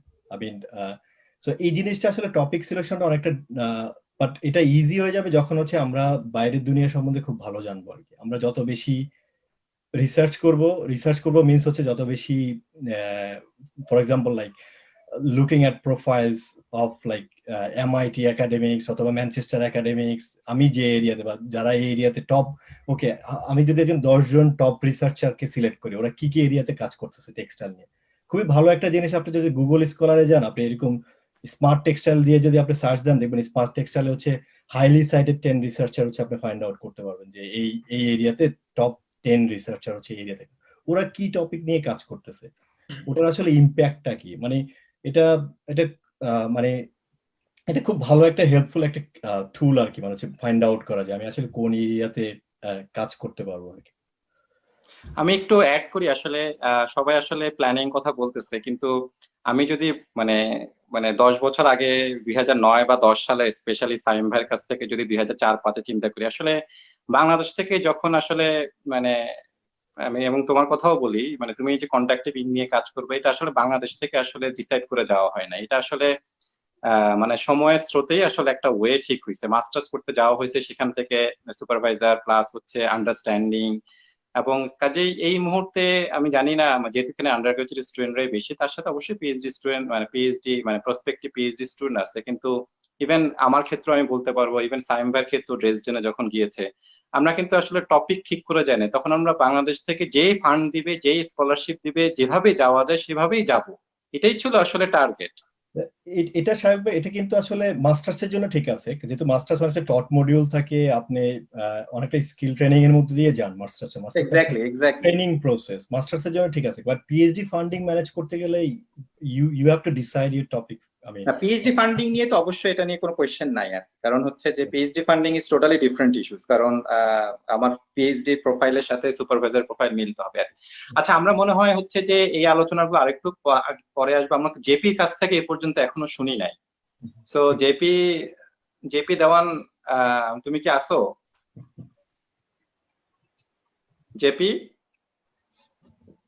জেপির মাইক্রোফোনটা মিউট করা আছে, আনমিউট মাইক্রোফোনটা, আচ্ছা আমি 1 সেকেন্ড আমি করে দিচ্ছি আর কি জেপির মাইক্রোফোনটা আমার মোবাইলে। সো সামহাউ আনমিউট করে দিচ্ছি জেপি। এখন আনমিউট করা আছে। হ্যাঁ, আমি আছি এবং আপনাদের সবার কথা শুনতে পেয়েছি। এবং তো আমি চাচ্ছি তুমি এখন মানে তোমার তো আসলে ট্র্যাক রেকর্ডটা, আমরা যে 3 জন কথা বলতেছি, ইনফ্যাক্ট ইনক্লুডিং মি 4 জন, আমরা একটা ট্র্যাক রেকর্ড নিয়ে কথা বলতেছি আর কি, হায়ার স্টাডিজ মাস্টার্স। তো তোমার ট্র্যাক রেকর্ড তো হচ্ছে যে সরকারি চাকরি প্লাস হচ্ছে মাস্টার্স, মানে হাউ ডু ইউ সি, এবং এখন তো প্রচুর ছেলেপেলে আসলে সরকারি চাকরির জন্য চেষ্টা করতেছে বিসিএস দেওয়ার জন্য।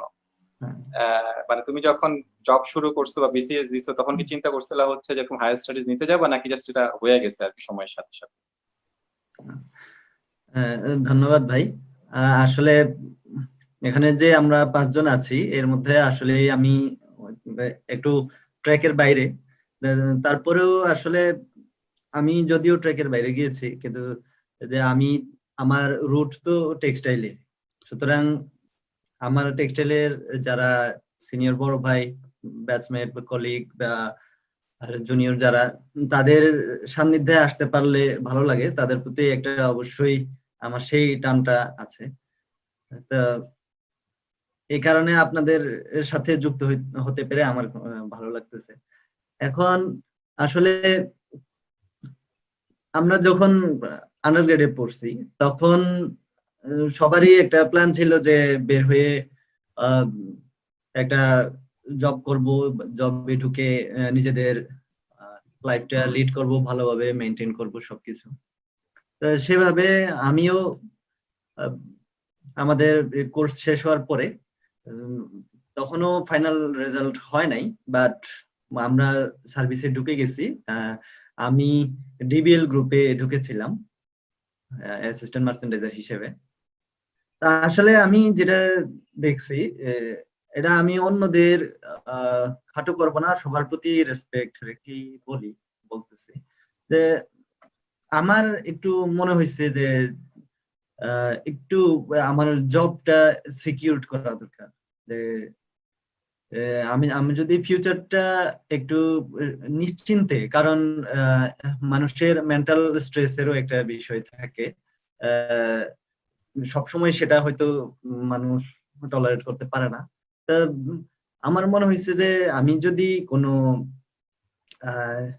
সিকিউরড জব পাই তাহলে মনে হয় সেদিকে আমার জন্য ভালো হবে। তো এই কারণে আমি আমার ডিবিএল এ যে জবটা ছিল আমি এটা 3 মাস পরেই রিজাইন দিয়ে ফেলি, এবং এটা বলা যায় যে স্বেচ্ছা বেকারত্ব, আমি স্বেচ্ছা বেকারত্ব বেছে নিয়েছিলাম এবং নিজেকে আইসোলেট করে ফেলছি। কারণ আমরা সবাই জানি যে একটা সিকিউর জব মানে আমি মিন করতে চাচ্ছি যে সরকারি কোনো জব, তা সে ক্যাডার সার্ভিস হোক বা অন্য যে কোনো সার্ভিস, যেমন অনেক ফার্স্ট ক্লাস জব আছে, প্লাস যেমন বাংলাদেশ ব্যাংকের জব, অ্যাসিস্ট্যান্ট ডিরেক্টর বা এই হাইলি যেগুলা রেসপেক্টেবল বা হাইলি রিকগনাইজড জবগুলা, আমি সেগুলোর দিকে টার্গেট করছিলাম।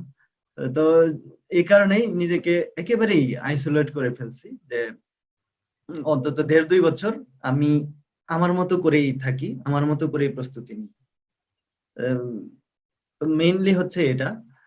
আর তো এর মাধ্যমে আমি একটা মেসে থেকে পড়াশোনা শুরু করছি, কারণ আসলে সবারই তো প্রায় একই অবস্থা, আমরা বাংলাদেশি যারা আছি সবার তো ফাইন্যান্সিয়াল কন্ডিশন খুব একটা ভালো না। তো আমিও নিজেকে সেভাবেই মেনে নিছি যে আমার কষ্ট করতে হবে।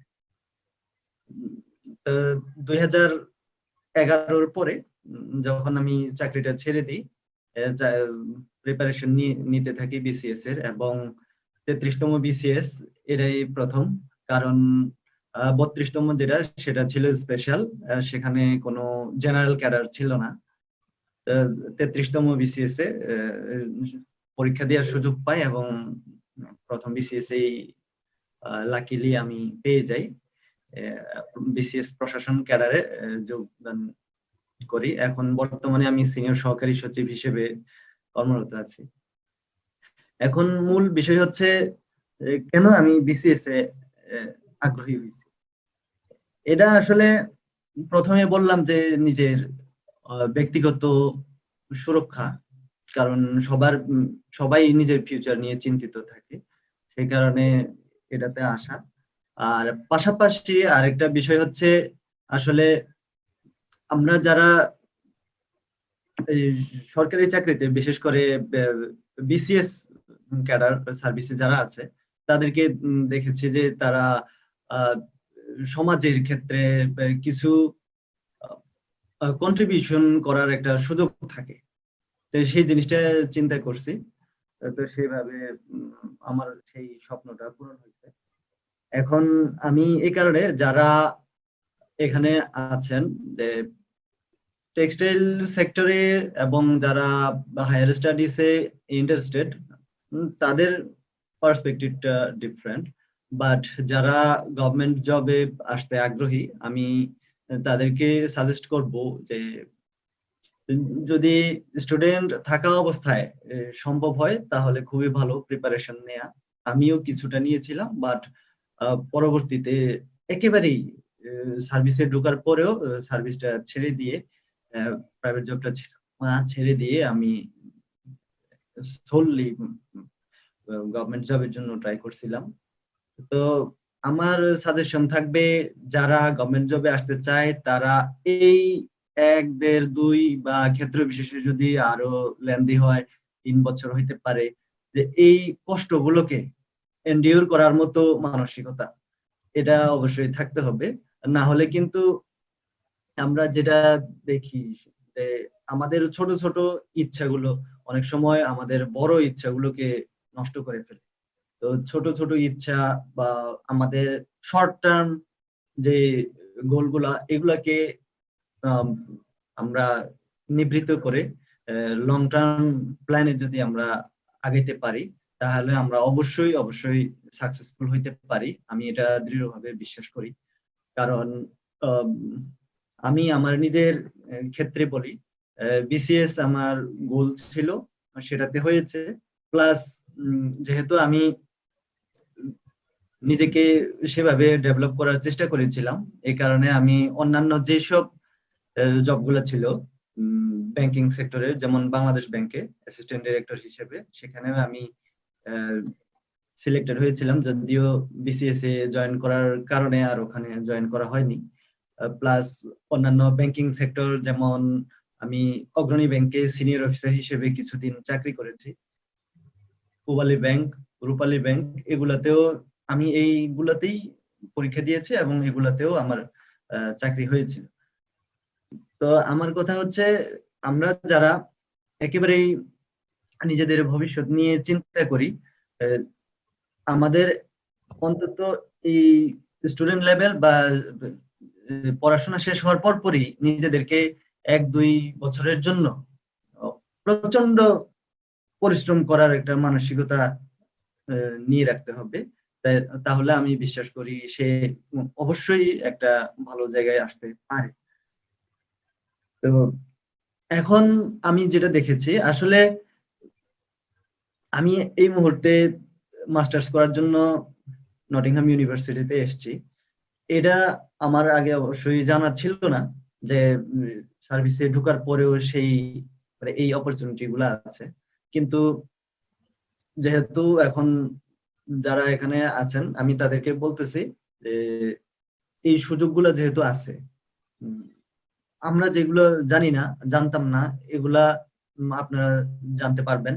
যে সার্ভিসে ঢোকার পরেও শুধু মাস্টার্স না, পিএইচডি, পোস্টডক, সব কোর্স গুলো আমাদের করার সুযোগ আছে। কারণ বাংলাদেশ সরকার যেভাবে বিউরোক্রেসিকে আপগ্রেড করার চেষ্টা করছে, ক্যাপাসিটি ডেভেলপমেন্ট করার জন্য, এই কারণে প্রচুর আমাদেরকে সেই সুযোগ সুবিধা দিচ্ছে, অন্তত একাডেমিক্যালি রিচ করার জন্য, পার্সোনাল ডেভেলপমেন্ট করার জন্য। তো আমাদের অনেকগুলো স্কলারশিপ, যেমন আমার পূর্ববর্তী বক্তা মাজেদ ইসলাম বলছেন যে Bangabandhu fellowship plus prime minister fellowship এগুলো আছে। আমাদের সরকারি চাকরিজীবীদের জন্য আরো অনেক স্কলারশিপ আছে, যেগুলো শুধু সরকারি চাকরিজীবীদের জন্য। যেমন আমাদের ক্যাপাসিটি ডেভেলপমেন্ট প্রোগ্রাম একটা আছে জনপ্রশাসন মন্ত্রণালয় থেকে, সেখান থেকেও মাস্টার্স এবং পিএইচডির জন্য সুযোগ সুবিধা দেয়া হয়, স্কলারশিপ দেয়া হয়। তারপর আমি যেহেতু প্রশাসনে আছি, আমাদের বাংলাদেশ সিভিল সার্ভিস প্রশাসন একাডেমি, সেই একাডেমিরও প্রজেক্ট আছে। তো এর মাধ্যমেও আমাদেরকে এই সুযোগগুলা দেয়া হয়, সেই সুযোগগুলো আমরা অ্যাভেল করতে পারি। আর আরো আছে, যেমন ফাইন্যান্সিয়াল ম্যানেজমেন্ট ট্রেনিং একাডেমি একটা আছে, আমরা যেটাকে শর্টলি ফিম বলি। এই ট্রেনিং এর মাধ্যমেও এটার যারা টপ প্লেস করে, টপ 5, তাদেরকেও সুযোগ দেওয়া হয়। সুতরাং যারা এখানে, আমি যেটা বলতে চাই যে যারা হায়ার স্টাডিজে আগ্রহী, তারা শুধু হায়ার স্টাডি না, সরকারি চাকরিটা করেও হায়ার স্টাডি অ্যাভেল করতে পারে। তো এই দুইটার কম্বিনেশন করা যায়। আমি এই কারণে বলতে পারি যে যারা বিসিএস প্লাস বাংলাদেশ ব্যাংক বা অন্যান্য হাইলি রিকগনাইজড জবগুলাতে যেতে আগ্রহী তারা চেষ্টা করতে পারে। বাট আমার অনুরোধ থাকবে, পরামর্শ থাকবে যে অন্তত নিজেদেরকে কিছুদিনের জন্য 1-2 বা 3 বছরের জন্য নিজেকে আইসোলেট করে নিজেকে তৈরি করা, তাহলে অন্তত যে কোনো একটি ভালো জায়গায় সে যেতে পারবে। এর মাধ্যমে এখন আমি যে সুবিধাটা পাইছি বিসিএস এ আসার পরে, যেমন আমি এখন সিনিয়র অ্যাসিস্ট্যান্ট সেক্রেটারি, আমি দেশে ফিরে গিয়ে হয়তো ইউনো হিসেবে রুট লেভেলে জব করব। এর মাধ্যমে আমি এখন হয়তো পলিসি মেকিং এ নাই, আমি পলিসি ইমপ্লিমেন্টেশন লেভেলে কাজ করতে পারবো। আমাদের মন্ত্রী মহোদয়, এমপি মহোদয় প্লাস সচিব মহোদয়রা যেভাবে পলিসি মেকিং করবে সেইগুলোর ইমপ্লিমেন্টেশন লেভেলে আমরা একেবারেই জনগণের সাথে থেকে প্রকৃত জনগণকে, যারা নিডি ডিজার্ভিং, তাদেরকে আমরা সাহায্য করতে পারি, সেই সুযোগগুলা আমাদের আছে। এর আগে এই মাস্টার্স প্রোগ্রামে আসার আগে আমি এসিলেন্ট হিসেবে ছিলাম, সেখানেও যেহেতু জমি নিয়ে কাজ করতে পেরেছি, গ্রামের এবং প্রত্যন্ত অঞ্চলের দরিদ্র মানুষের জন্য অনেক কিছু করার সুযোগ পেয়েছি। তো আমি এই কারণে বলতে চাই যে এখন আমরা পলিসি ইমপ্লিমেন্টেশন লেভেলে আছি, যখন আরো এক্সপেরিয়েন্সড হব, সিনিয়র হয়ে যাব, তখন পলিসি মেকিং লেভেলেও যেতে পারবো। অর্থাৎ আমরা দেশের একটা গুরুত্বপূর্ণ কোনো সিদ্ধান্ত যখন নিব, সেটা সিদ্ধান্ত গ্রহণ এবং বাস্তবায়নে সমানভাবে অবদান রাখতে পারবো। এই কারণে আমি মনে করি যে বিসিএস এ যারা আগ্রহী তারা হার্ট এন্ড সোল ট্রাই করতে পারে। টেক্সটাইল সেক্টর অবশ্যই আমাদের দেশের একটা গুরুত্বপূর্ণ সেক্টর এবং সবচেয়ে বেশি ফরেন কারেন্সি আর্ন করে, খুবই গুরুত্বপূর্ণ। তবে আমি মনে করি এটার পাশাপাশি যদি কেউ পাবলিক সেক্টরে আসতে চায় তারা চেষ্টা করতে পারে, আমি হাইলি এনকারেজ করব। আচ্ছা, আমি দেখি আমার মানে অনেকগুলো চ্যাট বক্সে 2-3টা কোশ্চেন আছে, সেগুলো একটা হচ্ছে যে মানে প্রাইম মিনিস্টার ফেলোশিপ এখনো রানিং আছে কিনা, বা হচ্ছে কি বলে ট্রেডিশনালি অ্যাপ্লিকেশনটা কিভাবে হয়, আমাদের মতো করে হয় কিনা, এই ব্যাপারগুলো। কিন্তু আসলে আমি একটা, যদিও হয়তো এই প্ল্যাটফর্মের জন্য অ্যাপ্রোপ্রিয়েট কিনা আমি জানি না, এই কোশ্চেনটা আসলে অনেকেই জিজ্ঞেস করে। এখন স্পেশালি মন্ত্রণালয় অথবা হচ্ছে সরকারি অফিসারদের মধ্যে প্রচুর হায়ার স্টাডিজ এবং পিএইচডি আছেন আর কি। তো পিএইচডি আসলে একটা রিসার্চ, পিএইচডি তো টার্গেট হচ্ছে আসলে রিসার্চার তৈরি করা, যাতে হচ্ছে যে এরা মানে এটা একটা ট্রেনিং, যে ট্রেনিং এর মাধ্যমে সে গবেষণার মাধ্যমে আগামী 20 বছর কন্ট্রিবিউট করবে। কিন্তু আমরা দেখতে পাচ্ছি হচ্ছে যে জনপ্রশাসন বা বিভিন্ন মন্ত্রণালয় যারা পিএইচডি করেন, আসলে তারা ওই ডিগ্রিটাই আসলে মানে নামের পাশে লাগান, এর বাইরে আসলে কন্ট্রিবিউট আসলে কিভাবে করছেন ওনারা? আসলে যখন একটা রিসার্চের মধ্যে দিয়ে দেয়, আসলে আমরা যেটা দেখতে পাই যে ক্যাপাসিটি অটোমেটিক্যালি গ্রো হয়। এটা আমরা যেহেতু একেবারে রুট লেভেলে কাজ করে আসতেছি, এর রুট লেভেলের এক্সপেরিয়েন্স প্লাস আমাদের যে একাডেমিক এক্সপেরিয়েন্স, এই দুইটার মিশেলে আমরা এই যে পলিসি মেকিং গুলাতে অবদান রাখতে পারতেছি। যেমন কিছু ক্ষেত্রে অবশ্যই মেনশনেবল অ্যাচিভমেন্ট আছে, যেগুলোতে আগের চেয়ে নতুন ভাবে আমাদের বিভিন্ন সোশ্যাল সেফটি নেট প্রোগ্রাম গুলা আমরা চালু করতেছি, প্লাস প্রকৃত নিডি যারা আছে তাদেরকে আমরা দিতে পারতেছি। এগুলো আমাদের ক্যাপাসিটি ডেভেলপমেন্টের কারণে আগের চেয়ে ম্যানেজমেন্টটা আমরা দেখতে পাই যে ভালো হচ্ছে, যদিও ভালোর কোনো শেষ নাই। আর হয়তো আরো এভাবে আমাদের অফিসাররা যখন আরো সুযোগ পাবে, ক্যাপাসিটি যখন বাড়বে, তখন আরো ভালোভাবে গভর্নমেন্ট রান করার এবং আমাদের যে রিপ্রেজেন্টেটিভ যারা তাদেরকে সহযোগিতা করার একটা ভালো ক্যাপাসিটি ডেভেলপ হবে। একটা কোশ্চেন হচ্ছে যে চ্যাট বক্স থেকে কোশ্চেনটা নিয়ে নিচ্ছি, সেটা হচ্ছে বিসিএস থেকে মানে জয়েন করার কতদিন পরে আসলে ইউজুয়ালি হায়ার স্টাডিজের সুযোগ পাওয়া যায়? আম, আমাদের হ্যাঁ, ধন্যবাদ এই প্রশ্নের জন্য। আমাদের যে বিসিএস এ ঢোকার পরে হায়ার স্টাডিজ এর জন্য আমাদের কন্ডিশন থাকে জব কনফার্মেশনের জন্য, আর জব কনফার্মেশনের আমাদের কন্ডিশন থাকে 2 বছর, অর্থাৎ 2 বছর প্রবেশন পিরিয়ড থাকে। তো এরপরে আমাদের জব কনফার্মেশন হয় যদি কোনো ক্যাজুয়ালিটি না থাকে। তো জব কনফার্মেশনের পরে আমরা হায়ার স্টাডিজ এর জন্য অ্যাপ্লাই করতে পারি, বিশেষ করে মাস্টার্স। আচ্ছা, সেকেন্ড কোশ্চেন হচ্ছে যে এখন কি কোভিড-19 বন্ধ আছে বা কিছু, সরি কোভিড-19 না, মানে প্রাইম মিনিস্টার ফেলোশিপ কি কোভিড-19 এর কারণে বন্ধ আছে কিনা? এই মুহূর্তে কিছুদিনের জন্য আবেদনটা সাসপেন্ড করা আছে, বাট এটা একেবারে বন্ধ না, আপাতত বন্ধ করা আছে। হয়তো পরিস্থিতির উন্নতি হলে আবার নতুন করে অ্যাপ্লিকেশন নিবে। আচ্ছা, আরেকটা কোশ্চেন হচ্ছে নটিংহাম ইউনিভার্সিটি যাওয়ার কারণ কি, মানে রেগুলার অ্যাপ্লিকেশন নাকি হচ্ছে বাংলাদেশ গভর্নমেন্টের সাথে নটিংহাম ইউনিভার্সিটির কোনো কোলাবোরেশন আছে হচ্ছে গভর্নমেন্ট অফিসিয়ালদের ইয়ে করার জন্য, মানে হায়ার স্টাডিজ এর জন্য? হ্যাঁ, ভালো প্রশ্ন। আসলে আমি দেখতে পাইছি যে নটিংহাম ইউনিভার্সিটির যে আমাদের পাবলিক পলিসির সাবজেক্টটা, এটা ভ্যালুয়েবল এবং এটার র্যাঙ্কিং ভালো। ল এন্ড সোশ্যাল সায়েন্সের মধ্যে এই ফ্যাকাল্টির এই সাবজেক্টটা ভালো। আর যেহেতু যদিও আমার ব্যাকগ্রাউন্ড টেক্সটাইল ইঞ্জিনিয়ারিং, আমি এখন যেহেতু সিভিল সার্ভিসে এসেছি, আমার এখন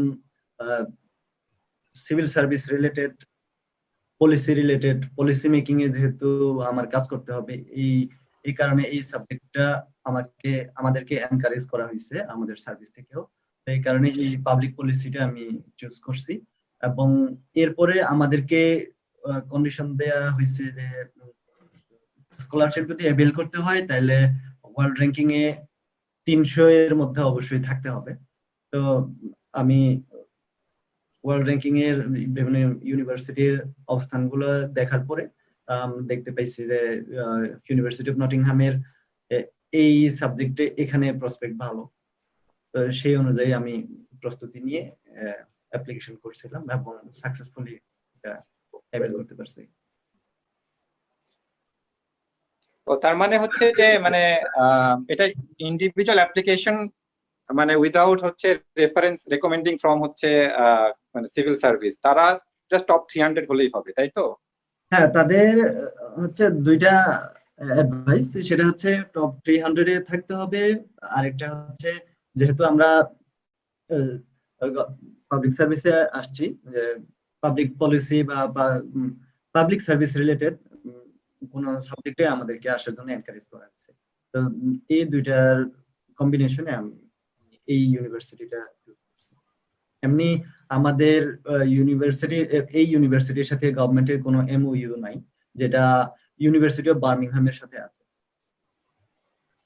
ওকে, থ্যাংক ইউ জেপি, আমি থ্যাংক ইউ ভেরি মাচ, মানে অনেক কিছু ক্লিয়ার করার জন্য। আমি এখন ডক্টর নাজমুল করিম রিন্টুর কাছে চলে যাব।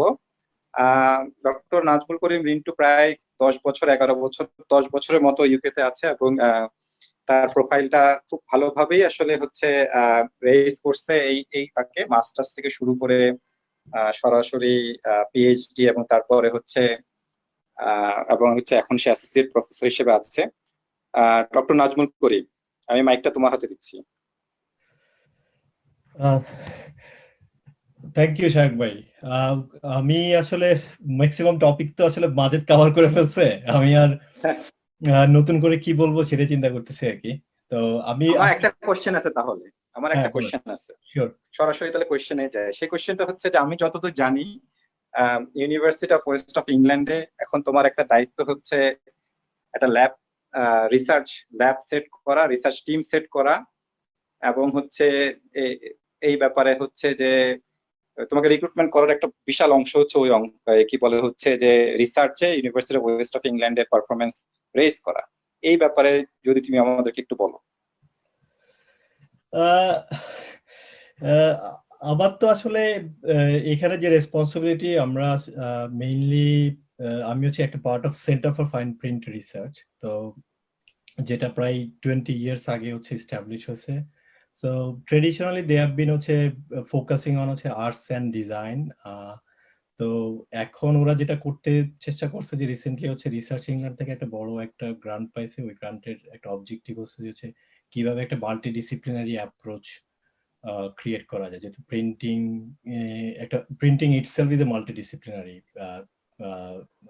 অ্যাপ্লিকেশন মানে হচ্ছে আছে প্রিন্টিং এর। তো আমরা আমি যে পার্টটা কাজ করতেছি আর কি, তো আমার পার্টটা হলো গিয়ে মেইনলি হচ্ছে আমরা একটা graphene, functional textile, smart wearable electronics, smart composite নিয়ে হচ্ছে একটা ল্যাব সেট আপ করার চেষ্টা করতেছি। তো ল্যাবটা হয়তো সেপ্টেম্বরে রেডি হওয়ার কথা ছিল, বাট কোভিড-19 এর কারণে একটু ডিলে হয়ে গেছে। তো এখন তো আমরা একটা টিম, ধরেন আমার সাথে আছে একজন সিনিয়র রিসার্চ ফেলো, তারপর হচ্ছে তার সাথে একজন রিসার্চ ফেলো, তারপরে আমরা in the process of recruiting few more PhD student as well. তো আমরা মেইনলি যে ধরনের কাজ করার চিন্তা ভাবনা করতেছি, যেমন ধরেন যেসব কাজ অলরেডি আমরা করছি, ধরেন ম্যানচেস্টারে যেমন গ্রাফিন বেসড ওয়্যারেবল ইলেকট্রনিক্স, ওগুলো কন্টিনিউ করব। তারপরে হচ্ছে স্মার্ট কম্পোজিট নিয়ে কিছু কাজ করার প্ল্যান আছে। তারপরে রিসাইকেল ম্যাটেরিয়াল, সাস্টেনেবিলিটি হচ্ছে ইজ ওয়ান অফ দ্য কি থিং ফর আওয়ার রিসার্চ। তো রিসাইকেল ম্যাটেরিয়াল ইউজ করে কিভাবে আমরা ফাইবার স্পিনিং এন্ড হচ্ছে কিভাবে ফাংশনালিটি অ্যাড করা যায়, এইসব নিয়েও কিছু কাজ করার প্ল্যান আছে। তো এখন আসলে ওই মানে কোভিড-19 এর কারণে হচ্ছে সবকিছু একটু স্টপ, সবাই এখন রাইট আপ আর হচ্ছে মোডের মধ্যে আছি। তো ল্যাবরেটরি হয়তোবা ইফ এভরিথিং গোজ ওয়েল মানে হচ্ছে সেপ্টেম্বরে হয়তোবা টেম্পোরারি একটা ল্যাব থাকবে। এরপরে হয়তোবা 5-6 মাস পরে আমরা একটা নতুন ল্যাব সেট আপ চিন্তা ভাবনা করতেছি। তো ওই ল্যাবে হয়তোবা অনেক মাল্টি ডিসিপ্লিনারি কাজ হবে আর কি। সো এটা হচ্ছে প্ল্যান। আর ওয়েস্ট অফ ইংল্যান্ডের অলরেডি ওদের কিছু কোর্স আছে টেক্সটাইলের উপরে। তো ওরা আমার জানা মতে, যেহেতু আমি আসলে টিচিং এ খুব একটা ইনভলভ না, আমি হচ্ছে ফুল টাইম রিসার্চ, তো ওদের অলরেডি বিএতে ফ্যাশন টেক্সটাইল কিছু টেক্সটাইল রিলেটেড কিছু কোর্স আছে। আর মাস্টার্সে আমরা যেটা প্ল্যান করতেছি, আমরা এখন চেষ্টা করতেছি একটা কোর্স চালু করা যায় কিনা, মানে ম্যাটেরিয়াল সায়েন্স, ফ্যাশন, আর্টস হচ্ছে মাল্টিডিসিপ্লিনারি অ্যাপ্রোচ নিয়ে হচ্ছে কোনো একটা কোর্স স্টার্ট করা যায় কিনা, সেটা একটা চিন্তা ভাবনা করতেছি। আর আর এই তো মানে আমি মেইনলি আসলে আমাদের মেইন ফোকাসটা হচ্ছে রিসার্চ, কিভাবে হচ্ছে ধরেন একটা ভালো কিছু কোয়ালিটি রিসার্চ করা যায়, যেটা হচ্ছে রিয়েল ওয়ার্ল্ড ইম্প্যাক্ট থাকবে in terms of publications or হচ্ছে ডিসেমিনেশন, মানে হচ্ছে সবকিছু দিকে কনসিডার করে আমরা চেষ্টা করি হচ্ছে ভালো কিছু রিসার্চ করার জন্য। তারপরে আমরা আরো যেটা ব্যাপার যে আমরা আসলে আমাদের কোলাবোরেটিভ কাজগুলো ম্যাক্সিমামই কোলাবোরেটিভ। তো দেখা যায় যে আপনি যদি আমাদের কোন একটা পেপার দেখেন, দেখবেন এখানে 6 জন 7 জন বা 9 জন অথর থাকে একটা পেপারের মধ্যে। সো একজন হয়তো একজন অথর হয়তোবা ফিজিসিস্ট, আরেকজন কেমিস্ট, কেউ হচ্ছে ইলেকট্রিক্যাল ইঞ্জিনিয়ার, কেউ টেক্সটাইল ইঞ্জিনিয়ার, কেউ হচ্ছে ধরেন মানে খুব মাল্টিডিসিপ্লিনারি কাজ এটা হচ্ছে কাইন্ড অফ। তো ওই কোলাবোরেশন গুলো কন্টিনিউ হবে আর কি। এটাই মোটামুটি প্ল্যান। আমি তাহলে আরেকটা কোশ্চেন করি, সেটা হচ্ছে সেই কোশ্চেনটা হচ্ছে বেগুনবাড়ি থেকে নোবেল প্রাইজ উইনারদের সাথে কাজ করা, ঠিক আছে? হ্যাঁ না ক্যারি অন, কোশ্চেনটা করেন। বেগুনবাড়ি শব্দটা বললাম হচ্ছে যে কারণ এটা হচ্ছে খুব মানে নেগলেক্টেড ভাবে আমরা আসলে অ্যাপ্রোচটা করি। আসলে এখানে মোটামুটি সবাই আমরা মোরলেস বেগুনবাড়ির প্রোডাক্ট, কিন্তু মানে ড্রিমটা তো আসলে ছোট না। এই ড্রিমটাকে কিভাবে রিয়েলাইজ করা যায় বা ড্রিমটার পেছনে আসলে ফর্মুলা কি, সেটা যদি তুমি স্টুডেন্টদের উদ্দেশ্যে বলো আর কি। কোনো স্ট্রেট ফরওয়ার্ড ফর্মুলা নাই, hard work, motivation, plan, focus, এগুলো হচ্ছে মেইন জিনিস। তবে শাহেক ভাই, আপনি যেটা বললেন যে বেগুনবাড়ির প্রোডাক্ট, আমি কিন্তু নিজের প্রাউড ফিল করি বেগুনবাড়ির প্রোডাক্ট হিসেবে। আমি আসলে আহ, আজকেও একজনের সাথে কথা বলতেছিলাম যে বেগুনবাড়ির যে বারান্দা দিয়ে হেঁটে গেছে, সে নো সামথিং, মানে হচ্ছে হি ক্যান ডু এনিথিং। কারণ বুটেক্সে আসলে যারা অ্যাডমিশন নেয় কেউই তো খারাপ স্টুডেন্ট না, সবাই খুব ভালো ভালো জায়গা থেকে আসে, সবাই খুবই ভালো স্টুডেন্ট। হয়তোবা আন্ডারগ্র্যাডের রেজাল্ট এক একজনের এক এক রকম থাকতে পারে, এক একজনের এফোর্ট, এক একজনের ফোকাস, এক একজনের সার্কামস্টেন্সেস হচ্ছে এক এক রকম থাকে। সো আমার আমার আসলে মেইন অ্যাডভাইস হবে হচ্ছে আসলে কিপ ইউর আইজ ওপেন, মানে হচ্ছে যে কোনো অপরচুনিটির জন্য। মানে আমাদের ওয়ার্ল্ড আসলে প্রচুর মাল্টি ডিসিপ্লিনারি এখন। মানে আমাদের এরিয়াটাকে শুধুমাত্র টেক্সটাইলের মধ্যে হচ্ছে ন্যারো না করে আমরা যদি একটু ব্রড চিন্তা করি, যেমন টেক্সটাইল কিন্তু অনেক জায়গায় অ্যাপ্লাই করা যায়। মানে আপনি যদি স্পেস স্যুট থেকে চিন্তা করে, নাসাতেও আমাদের অপরচুনিটি আছে কাজ করার, আমাদের অ্যারোস্পেস ইন্ডাস্ট্রিতে আছে অপরচুনিটি কাজ করার, আমাদের অটোমোবাইল ইন্ডাস্ট্রিতে অপরচুনিটি আছে কাজ করার, কার্বন ফাইবার কম্পোজিট অথবা হচ্ছে ন্যাচারাল ফাইবার কম্পোজিট দিয়ে, অথবা হচ্ছে আপনার even smart textile, heating elements, those kind of thing. আমরা ইভেন আপনার আমি অ্যাপল তো one of the leading company ওয়ার্ল্ডে, তাদের একটা ইভেন টেক্সটাইল ডিভিশন আছে রিসার্চ করার জন্য, ওয়্যারেবল ইলেকট্রনিক্স নিয়ে তারা কাজ করে। তারপরে সো আমি বলবো যে মানে অপরচুনিটি আসলে অনেক। যদি আমরা আমাদের মেইনলি চিন্তা করতে হবে, আউট অফ বক্স চিন্তা করতে হবে, আমার মনে হয় এটা খুব ইম্পর্টেন্ট। আর আমরা যখন একটা রিসার্চ করার চিন্তা ভাবনা করি বা একটা হায়ার স্টাডিজের চিন্তা করি, আমরা শুধুমাত্র আমাদের আগ্রহটা শুধু টেক্সটাইলের মধ্যে লিমিটেড না রেখে অনেক এখন দেখা যায় যেমন একজন কেমিস্ট্রি নিয়ে কাজ করতেছে, তার হয়তো বা কোনো একজন টেক্সটাইল ইঞ্জিনিয়ার দরকার, তার একটা প্রজেক্ট আছে, ওই প্রজেক্টে হয়তো একজন টেক্সটাইল ইঞ্জিনিয়ার দরকার, কোনো একটা মাল্টি ডিসিপ্লিনারি প্রজেক্ট।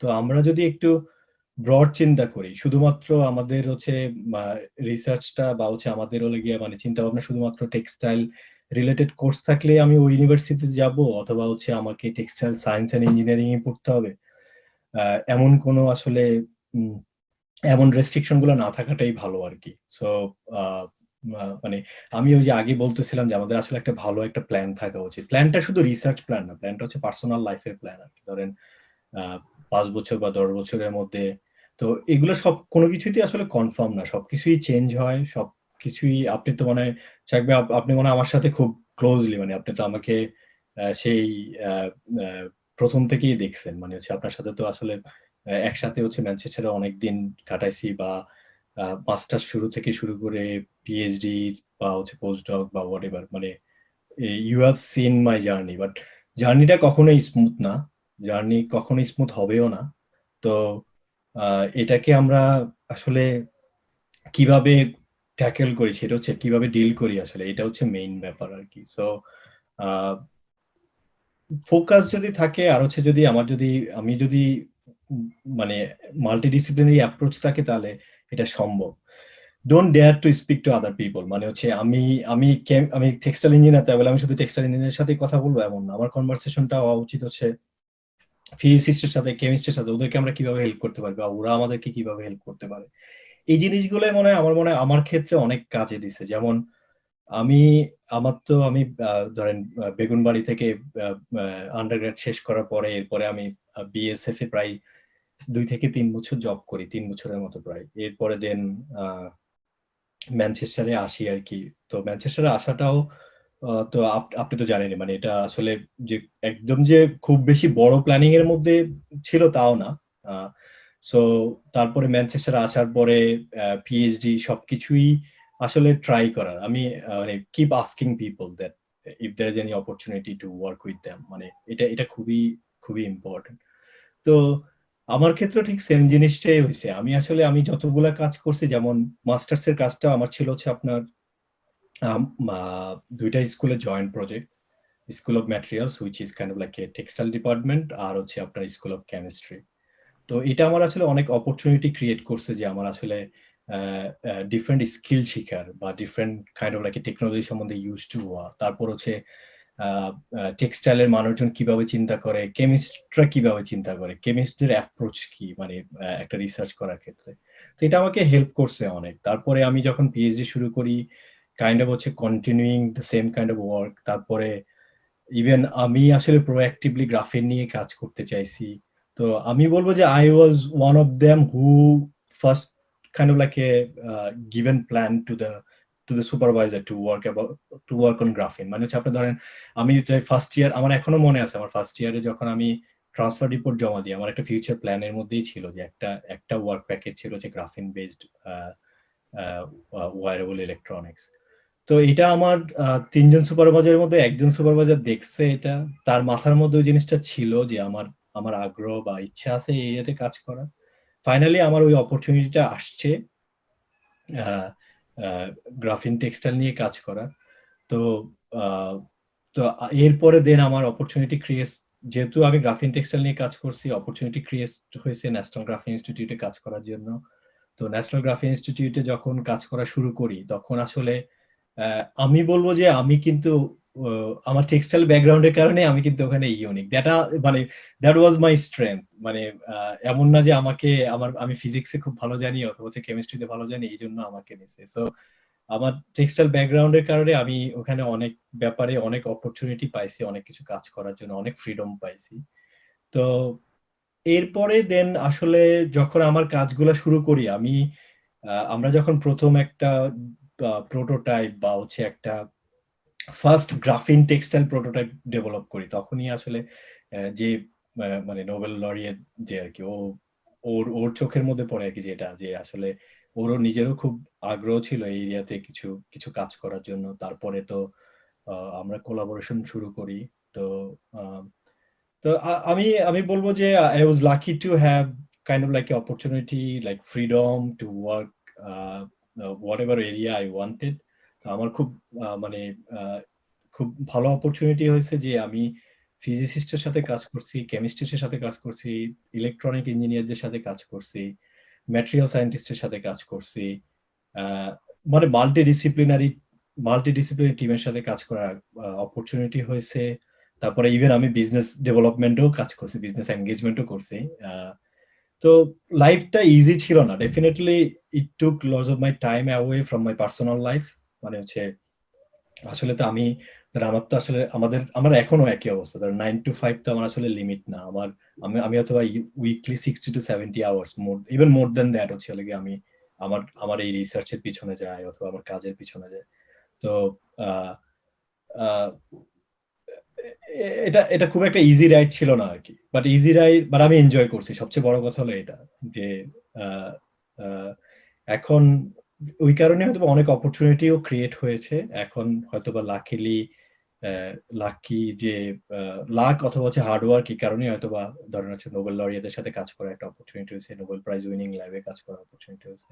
তারপরে আমি একটা নতুন একটা এরিয়া ক্রিয়েট করতে পারছি যেটা ম্যানচেস্টারে ছিল না, যে গ্রাফিন টেক্সটাইল নিয়ে কেউই কাজ করে নাই। ইভেন ওয়ার্ল্ড ওয়াইড খুব কম একাডেমিক এরিয়াতে কাজ করছে বা খুব কম এক্সপার্টই আছে যারা কাজ করে। তাদের একটা বড় উইক পয়েন্ট হচ্ছে তারা কিন্তু টেক্সটাইল ইঞ্জিনিয়ার না, they don't know much about textile, they are probably chemist অথবা হচ্ছে electronics engineer, they don't know about the properties of fiber, they don't know about the structure of the textile। So এটা আমার খুব ভালো strength, কারণ আমি যেহেতু textile engineer by training, আমি বেগুনবাড়ির product. So I think I know textile more than those guys।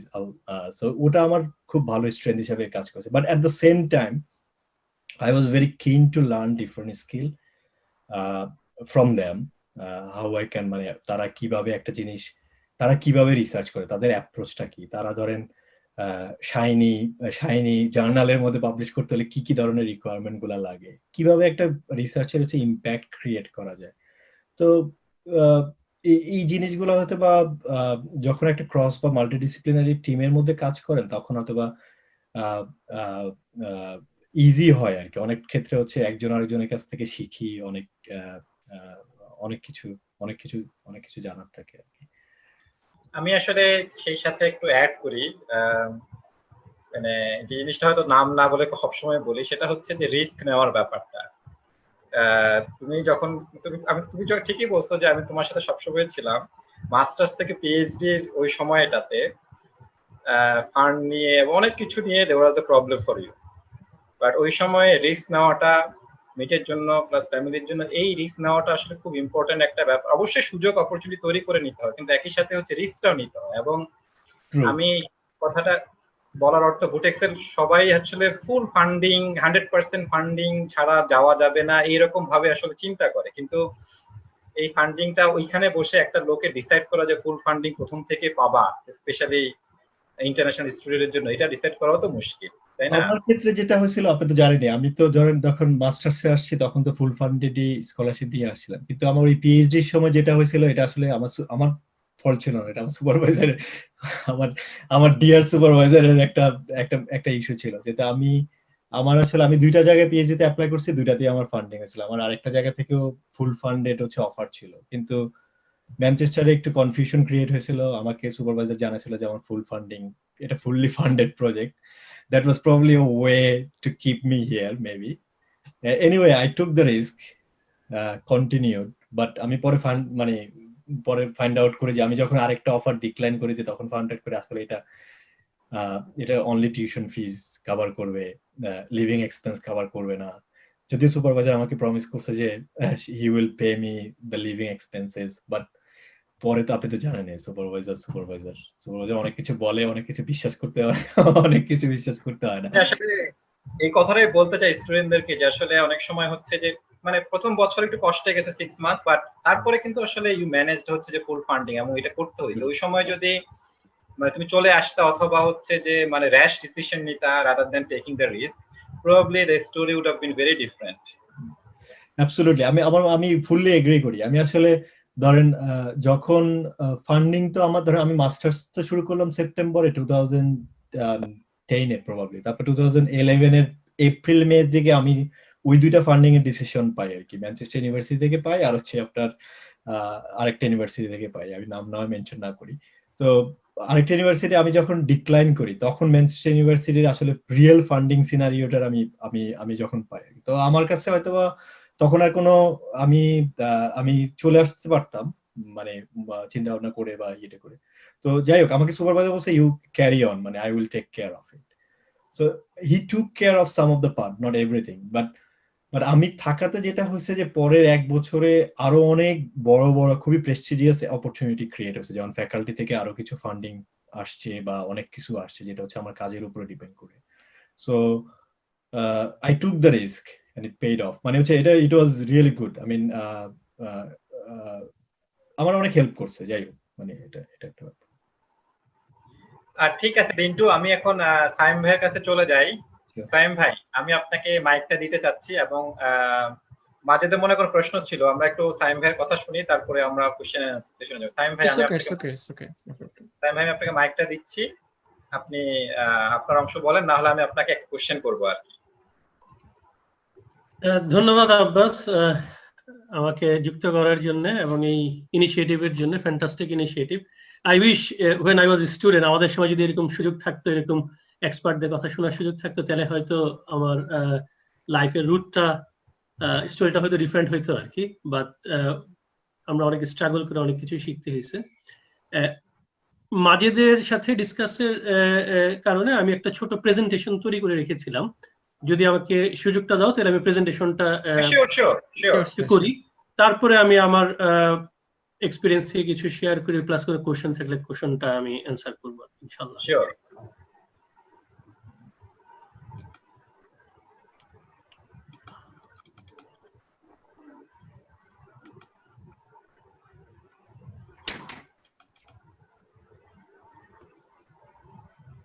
Okay, as you can see, আমার প্রেজেন্টেশনের টাইটেলটা হচ্ছে opportunities in the UK for textiles and fashion graduates.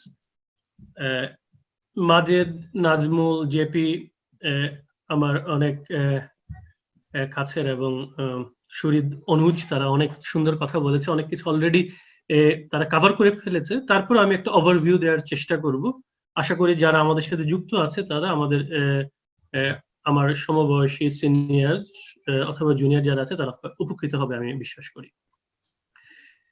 Just little bit about myself, আমি যে কথাগুলো বলবো ফ্রম মাই লাইফ এক্সপেরিয়েন্স। আমি বুটেক্সে আমার ব্যাচেলারের পরে আমি ড্রেসডেনে ড্যাডি স্কলারশিপ নিয়ে লেখাপড়া করেছিলাম, তারপরে কমনওয়েলথ স্কলারশিপ নিয়ে ম্যানচেস্টার ইউনিভার্সিটিতে পিএইচডি করেছি।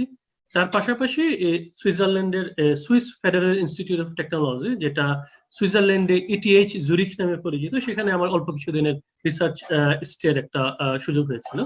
প্রফেশনাল লাইফে আমি জেপির মতন মার্চেন্ডাইজিং দিয়ে লাইফ শুরু করেছিলাম শুরুতে। আমার এক্সপেরিয়েন্সটাও অনেকটা জেপির মতন যায়। আমার মনে পড়ে যে কোনো এক সময় ঈদের আগের রাতে, রোজার ঈদের আগের রাতে আমার রাত 11টা পর্যন্ত আমার অফিসে থাকতে হয়েছিল, যে ফ্যাক্টরি থেকে স্যাম্পল আসবে, সেই স্যাম্পল আমেরিকার জন্য ডিএইচএল এ শিপমেন্ট করে দিয়ে তারপরে বাসায় যাব। সো সেটা ছিল আমার মার্চেন্ডাইজিং এর এক্সপেরিয়েন্স। তারপরে আমি আসাদুল্লাহ ইউনিভার্সিটিতে আমি অ্যাসিস্ট্যান্ট প্রফেসর হিসেবে আমার একাডেমিক ক্যারিয়ার শুরু করি, রাইট। তারপরে পিএইচডি করে যে বাংলাদেশে ওয়ার্ল্ড ইউনিভার্সিটি নামে একটা ছোট ইউনিভার্সিটিতে কিছুদিন টেক্সটাইল ডিপার্টমেন্টে অ্যাসোসিয়েট প্রফেসর এবং হেড অফ দ্য ডিপার্টমেন্ট হিসেবে কাজ করেছিলাম। পোস্ট ডক্টরেট করতে আসার আগ পর্যন্ত সাউথ ইস্ট ইউনিভার্সিটিতে কিছুদিন আমি অ্যাসোসিয়েট প্রফেসর হিসেবে কাজ করার সুযোগ হয়েছিল। That's all about myself. So আমি আমার যে এক্সপিরিয়েন্স গুলো শেয়ার করবো বা কথাগুলো বলবো আমার এই একাডেমিক এন্ড প্রফেশনাল লাইফের এক্সপিরিয়েন্স থেকে নেয়া। ইউকেতে লেখাপড়ার অপরচুনিটিস আমি যেটা দেখেছি, মোর ফ্যাশন দেন টেক্সটাইলস। শুধু যদি আমরা টেক্সটাইল খুঁজি, টেক্সটাইল ইঞ্জিনিয়ারিং খুঁজি, হয়তো আমেরিকাতে লেখাপড়ার জন্য আমি বলছি, মাস্টার্স লেভেলের স্টাডিজ এর জন্য অথবা আন্ডার গ্রাজুয়েট যদি খুঁজি তাদের জন্য, টেক্সটাইলসটা হয়তো সুযোগটা কম। আমি ছোট্ট একটা ইনফরমেশন দিই যে ইউকেতে 131টা 131 ইউনিভার্সিটিজের মতো ইউনিভার্সিটি আছে, 150 হায়ার এডুকেশন প্রোভাইডেড ইনস্টিটিউশন আছে, কিছু ডিগ্রি কলেজ আছে, কিন্তু ইউনিভার্সিটি আছে 131। আমি একটা লিংক দিয়েছি, কেউ যদি স্টাডি ইন uk.com এই ওয়েবসাইটটা ব্রাউজ করে তাহলে ইউনিভার্সিটিগুলো সম্পর্কে ইনফরমেশন পাবে। আর ঠিক এই ইউনিভার্সিটি থেকে আমি যে এই ওয়েবসাইটটা থেকে আমি যে ইনফরমেশনটা পেয়েছি এটা খুব অ্যামেজিং। মাজেদ তো 20টা ইউনিভার্সিটির কথা বলেছে যেখানে ফ্যাশন নিয়ে লেখাপড়া করে যায়, কিন্তু আমার যে ফাইন্ডিংটা এটা আরো মানে ড্রাস্টিক্যালি অ্যামেজিং। 94টা ইউনিভার্সিটিতে 446টা কোর্স আছে ফ্যাশন রিলেটেড। এটাও হচ্ছে whatuni.com এই ওয়েবসাইট থেকে নেয়া। These are the courses, these are the subjects যেগুলো হচ্ছে ফোকাস করে fashion design, fashion marketing, promotion, communication, fashion business, fashion and textile, fashion technology. এই ডিফারেন্ট কোর্সগুলো নিয়ে 94টা ইউনিভার্সিটিতে আন্ডারগ্রেড কোর্স আছে। তার মানে হচ্ছে আন্ডারগ্রেড কোর্স যদি থাকে তার হচ্ছে মাস্টার্স এবং রিসার্চও কিছু না থাকে সব ইউনিভার্সিটিতে। ইউকেতে এখন রিসার্চ এক্সারসাইজ ফ্রেমওয়ার্ক নামে REF নামে একটা রিসার্চ ইনিশিয়েটিভ আছে। এই REF এর যুক্ত হওয়ার কারণে মোরলেস ছোট হোক বড় হোক সব ইউনিভার্সিটিতেই রিসার্চ এখন করতে হয়। আর 94টা ইউনিভার্সিটিতে যেহেতু ফ্যাশন ডিপার্টমেন্ট আছে, ফ্যাশন এন্ড টেক্সটাইল ডিপার্টমেন্ট আছে, তার মানে সবখানেই fashion marketing, fashion technology, fashion business, fashion textile নিয়ে লেখাপড়া এবং কাজ করার সুযোগ আছে। এটা একটা বড় জিনিস, বড় ইনফরমেশন, যেটা আমাদের সময় আমরা জানতাম না। আমরা শুধু ম্যানচেস্টার, লিডস আর নটিংহাম ট্রেন্ট ইউনিভার্সিটি তিনটাতেই টেক্সটাইল আছে এই নিয়ে খোঁজ করতাম বা জানতাম। কিন্তু এখন পৃথিবীটা হয়তো মানে দুনিয়াটা হয়তো অনেক বড়, যারা ফ্যাশন নিয়ে বা ফ্যাশন মার্কেটিং নিয়ে আমাদের দেশে যারা টেক্সটাইল ম্যানেজমেন্ট নিয়ে লেখাপড়া করতেছে, তারা যদি চায় তাদের জন্য অনেক বড় সুযোগ আছে ইউকেতে। যদি রিসার্চে আসি, নো লিমিট নো বাউন্ডারি। আমার অভিজ্ঞতা থেকে বলে, আমি ফ্যাশন ইনস্টিটিউটে কাজ করি, আমার রিসার্চের একটা অংশ হয়তো ফ্যাশন নিয়ে, কিন্তু আমি যখন রিসার্চের কথা বলি আমি আমাদের ইঞ্জিনিয়ারিং ডিপার্টমেন্টের সাথে কোলাবোরেশন করি, আমি কম্পোজিট নিয়ে কাজ করি। আর আমার নতুন একটা রিসার্চ এরিয়া হচ্ছে স্মার্ট টেক্সটাইল বা ই টেক্সটাইল। যেহেতু আমাদের ইউনিভার্সিটির একটা রিসার্চ গোল বা রিসার্চ ফোকাস হচ্ছে স্মার্ট ওয়্যারেবলস, তো সেই কারণে আমার কিছুটা সেই এরিয়াতেও কাজ করতে হচ্ছে। রিসার্চের জন্য ক্লাসিক্যাল টু টেকনিক্যাল টেক্সটাইল নিয়ে অনেক ইউনিভার্সিটিতে কাজ হয়। E textile, wearable technology, smart cloth নিয়ে এখন অনেক ইউনিভার্সিটি কাজ করছে। এটা ইউকেতে বা সারা দুনিয়াতে এটা একটা নিউ ফোকাস ফর রিসার্চ। অনেক রিসার্চার, মাল্টিডিসিপ্লিনারি এরিয়া, অনেক রিসার্চার এটাতে কাজ করার চেষ্টা করছে। সাস্টেনেবিলিটি, লাইফ সাইকেল অ্যানালাইসিস, এটা ফ্যাশন ডিপার্টমেন্ট, টেক্সটাইল ডিপার্টমেন্ট থাকুক বা না থাকুক, এই অনেক ইনস্টিটিউট বা অনেক ডিপার্টমেন্ট এই নিয়ে কাজ হয়। সেখানে টেক্সটাইল চলে আসে, যেহেতু textile is a big trade around the world, big supply chain around the world. Fashion business, supply chain, another area for research. Even মজার ব্যাপার হচ্ছে ফ্যাশন অ্যান্ড টেক্সটাইল ডিপার্টমেন্ট নাই সেসব জায়গাতেও টেক্সটাইল রিলেটেড রিসার্চ আছে যেখানে টেক্সটাইল ইঞ্জিনিয়াররা যে কাজ করতে পারে। ফর এক্সাম্পল নটিংহাম ইউনিভার্সিটিতে কম্পোজিট রিসার্চ সেন্টার আছে যেখানে কম্পোজিট নিয়ে কাজ হয়, natural fibre, synthetic fibre composite, এবং আমাদের টেক্সটাইল ইঞ্জিনিয়াররা কাজ করছে আমার জানা মতে। ক্র্যানফিল্ড ইউনিভার্সিটির সাথে আমার কিছুদিন আগে একটা পিএইচডি এক্সামিনেশনের সাথে যুক্ত হওয়ার সুযোগ ছিল। ক্র্যানফিল্ড ইউনিভার্সিটিতে টেক্সটাইল এবং ফ্যাশনের কোনো ডিপার্টমেন্ট নাই, কিন্তু তাদের অ্যারোস্পেস এবং ম্যানুফ্যাকচারিং ইনস্টিটিউট আছে। সেখানে যেহেতু ম্যানুফ্যাকচারিং আর টেক্সটাইল যেহেতু একটা ম্যানুফ্যাকচারিং ফিল্ড, তো ওরা টেক্সটাইল এন্ড ফ্যাশন ম্যানুফ্যাকচারিং নিয়ে কাজ করে। আমি যেই পিএইচডি প্রজেক্টটাকে এক্সামিন করেছিলাম তার কাজ ছিল এমব্রয়ডারি এবং 3D প্রিন্টিং অফ টেক্সটাইল, এই রিলেটেড কাজ নিয়ে। সো রিসার্চের ক্ষেত্রে no boundary, lot of opportunities are there. Okay, now Majid কিছু ইনফরমেশন দিয়েছে, আমি আরেকটা ওয়েবসাইট এখানে দিচ্ছি পিএইচডি পজিশন পাওয়ার জন্য, পিএইচডি অ্যাডভার্টাইজমেন্ট গুলো খোলার জন্য। prospect.ac.uk এটা একটা খুব রিলায়েবল ওয়েবসাইট। প্রসপেক্টটা খুব পপুলার ওয়েবসাইট ইউকে তে, যারা আন্ডার গ্রাজুয়েট শেষ করে ফিউচার ক্যারিয়ার কি করবে তাদেরকে গাইড করে প্রসপেক্ট।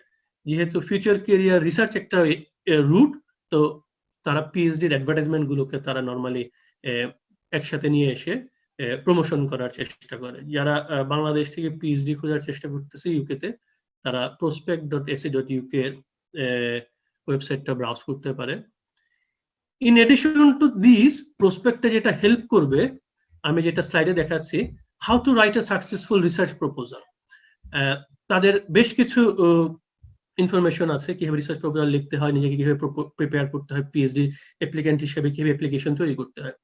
আর যদি রিসার্চের বাইরেও যদি কেউ চিন্তা করতে চায়, তাহলে প্রসপেক্ট ওয়েবসাইটটা fashion merchandising, fashion technology, fashion textile technology, textile testing related এরিয়াতে ইউকেতে কি কি জব অপরচুনিটিজ আছে এবং সেই জব অপরচুনিটিস গুলোর জন্য নিজেকে কিভাবে তৈরি করতে হবে, prospect also another source of guidance আমি বলবো।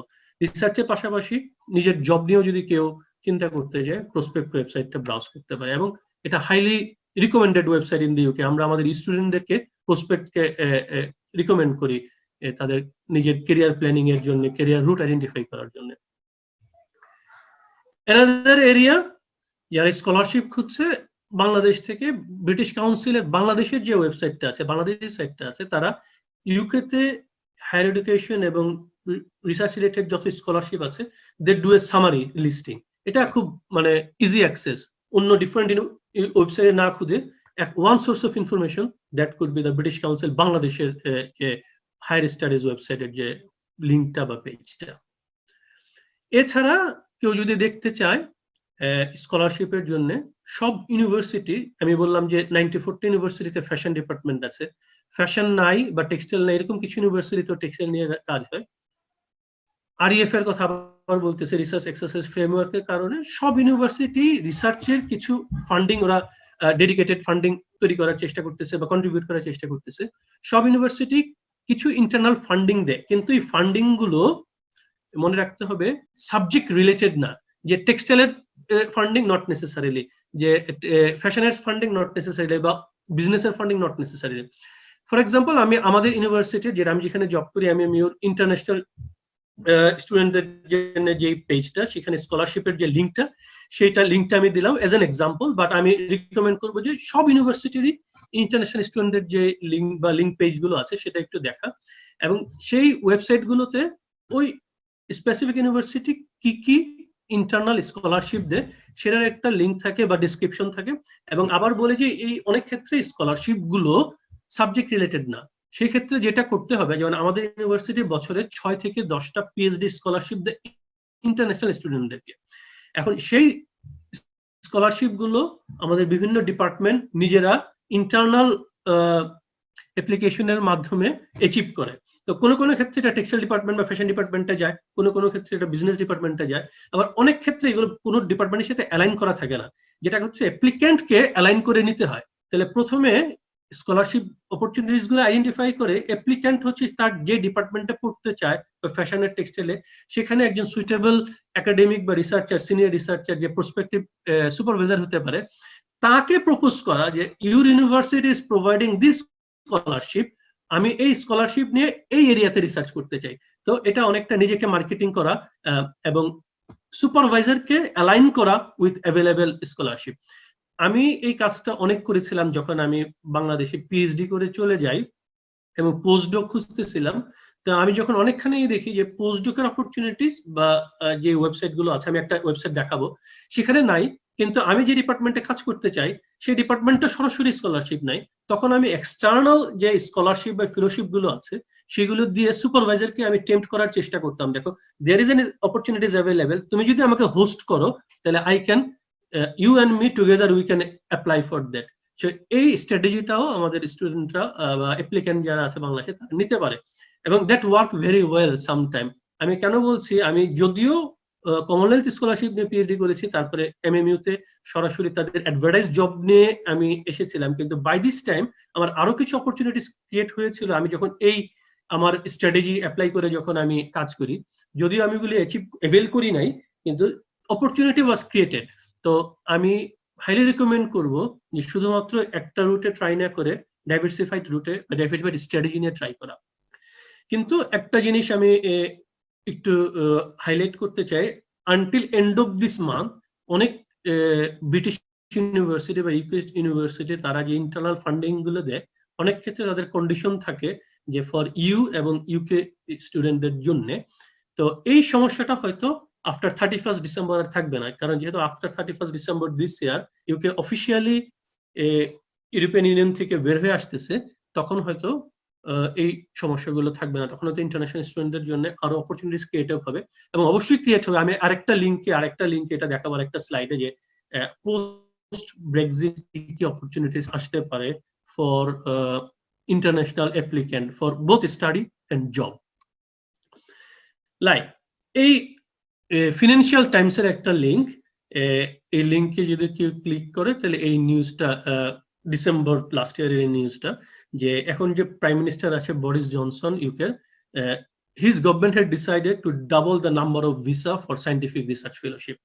যেহেতু ইউরোপিয়ান ইউনিয়ন থেকে বেড়ে আসবে, তো ইন্টারন্যাশনাল স্টুডেন্টদের জন্য বা ইন্টারন্যাশনাল ব্রেন ইনওয়ার্ড ড্রেন করার জন্য বা অ্যাট্রাক্ট করার জন্য, এক্সপার্টদেরকে অ্যাট্রাক্ট করার জন্য, রিসার্চারদেরকে অ্যাট্রাক্ট করার জন্য ইউকে গভর্নমেন্ট তার এক্সিস্টিং যে এই ক্যাটাগরির ভিসাটা আছে, number of visa, they are going to double it up. So that's mean that huge opportunities are going to be created. এবং মজার ব্যাপার হচ্ছে যে that period এ কোনো ইউ ডিসক্রিমিনেশন থাকবে না, যেটা আমি আমার লাইফে আই ফেসড আ লট। যখন আমি বাংলাদেশ থেকেও জবের অ্যাপ্লাই করেছিলাম এখানে, এবং এখানে আসার পরেও যখন আমি ডিফারেন্ট ইউনিভার্সিটিতে আরো বেটার পজিশনের জন্য ট্রাই করি, তখনও দেখেছি যে আমরা ওই ইউরোপিয়ান ইউনিয়নের ক্যান্ডিডেটদের সাথে আনফেয়ার একটা ডিল বা আনফেয়ার একটা ডিসক্রিমিনেশনে আমরা পড়ে যাই। But after 31st December this ইয়ার এই ডিসক্রিমিনেশনটা থাকবে না, এবং যেহেতু ডিসক্রিমিনেশনটা থাকবে না এবং number of visas the government is going to increase, তো ইন্টারন্যাশনাল ক্যান্ডিডেটের জন্য লট অফ অপরচুনিটিজ আর দেয়ার। তো আমাদের বাংলাদেশের যারা ক্যান্ডিডেট যারা ট্রাই করবে হায়ার এডুকেশনের জন্য বা পোস্ট পজিশনের জন্য, they should avail this opportunities, they should now start looking for the opportunities.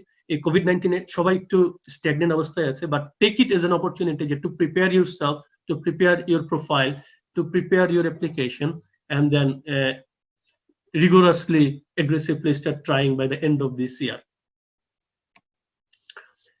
বাংলাদেশে থেকে বা ইন্টারন্যাশনাল যে কোনো পোর্ট থেকে প্লেস থেকে বা আমরাও যখন জবের চেষ্টা করি, তো job.ac.uk এটা হচ্ছে ইউকের অফিসিয়াল ওয়েবসাইট বলা যায় একাডেমিক জবের জন্য। পোস্ট পজিশন, ইভেন পিএইচডি অ্যাডভার্টাইজমেন্টও এখানে আসে, সব সাবজেক্টের পিএইচডি পোস্ট পজিশন গুলো এখানে আসে। কেউ যদি জাস্ট অথবা কেউ যদি সরাসরি those who have already done postdoc করে বাংলাদেশে যারা গেছে, তারা যদি একাডেমিক পজিশন লেকচারার বা senior lecturer, assistant professor, associate professor বা প্রফেসরিয়াল পোস্টের জন্য যদি কেউ অ্যাপ্লাই করতে চায়, তাহলে job.ac.uk হাইলি অথেন্টিক এবং highly recommended website in the UK. Any candidate in the UK probably they look for this, কেউ যদি একাডেমিক লাইনে ক্যারিয়ার ডেভেলপ করতে চায়, right? That was the information আমি সামারাইজ করার চেষ্টা করেছিলাম। এখন জাস্ট যে কথাটা আমি আমাদের হোস্ট যখন একটু মানে বিদ্যুৎ বিভ্রাটের কারণে যখন একটু অফলাইনে ছিল, তখন আমি যেটা অ্যাড করেছিলাম যে কি criteria, no matter what is this is for study or for job, ক্রাইটেরিয়াটা কি? ক্রাইটেরিয়াটা হচ্ছে যদি পিএইচডি করতে চাই এটাও একটা রিসার্চ এরিয়া, যদি পোস্টডক করতে আসি সেটাও একটা রিসার্চ। তাহলে আমি যখন অ্যাপ্লিকেশনটা তৈরি করব তাহলে আমার রিসার্চ স্কিলটাকে সবকিছুর উপরে হাইলাইট করতে হবে। Academic background of course that very important, but আমার রিসার্চ স্কিলটাকে হাইলাইট করা এটা হচ্ছে গিয়া কি থিং। আমি যখন একটা অ্যাপ্লিকেশন কোথাওকে পাঠাবো, আমার অ্যাপ্লিকেশনটা যারা ইভ্যালুয়েট করবে তারা যেন আমার রিসার্চ স্কিল দেখে আমাকে সিলেক্ট করার চেষ্টা করে এবং অন্যান্য ক্যান্ডিডেটের তুলনায় আমাকে যেন বেশি মূল্যায়ন করে। এখন রিসার্চ স্কিল যদি আমি এস্টাবলিশ করতে চাই বা এভিডেন্সটা যদি আমার সিভিতে দিতে চাই বা আমার প্রপোজালে দিতে চাই, আমি যদি বলি যে আমি এই কাজটা করতে পারবো, আমি কাজটা করতে পারি, কিন্তু এটা না বলে আমি যদি বলি যে আই হ্যাভ অলরেডি ডান কিছুটা রিসার্চ করেছি আমি, এবং আমি রিসার্চটা অফিসিয়ালি পাবলিশও করেছি, এবং এটা যদি এভিডেন্স হিসেবে আসে তাহলে কেউ কিন্তু আর চেষ্টা করে না দেখার জন্য ওই এই অ্যাপ্লিকেন্ট কোন দেশ থেকে লেখাপড়া করে আসছে, তার জিপিএ গ্রেডিংটা ইউকে এর সাথে কম্পেয়ার করলে আসলে কতটুকু রিকগনাইজ বা কি, বা অন্য আফ্রিকান ক্যান্ডিডেটের সাথে কি এশিয়ান ক্যান্ডিডেট কম্পেয়ার করলে কার জিপিএ গ্রেডটাকে আমি কোন পাল্লায় মাপবো, এত কিছু এত জটিল সমীকরণে না যে আমি যদি দেখি যে একটা রিকগনাইজ জার্নালে পাবলিকেশন আছে তাহলে সরাসরি সে ক্যান্ডিডেটটা সবার উপরের দিকে চলে আসবে।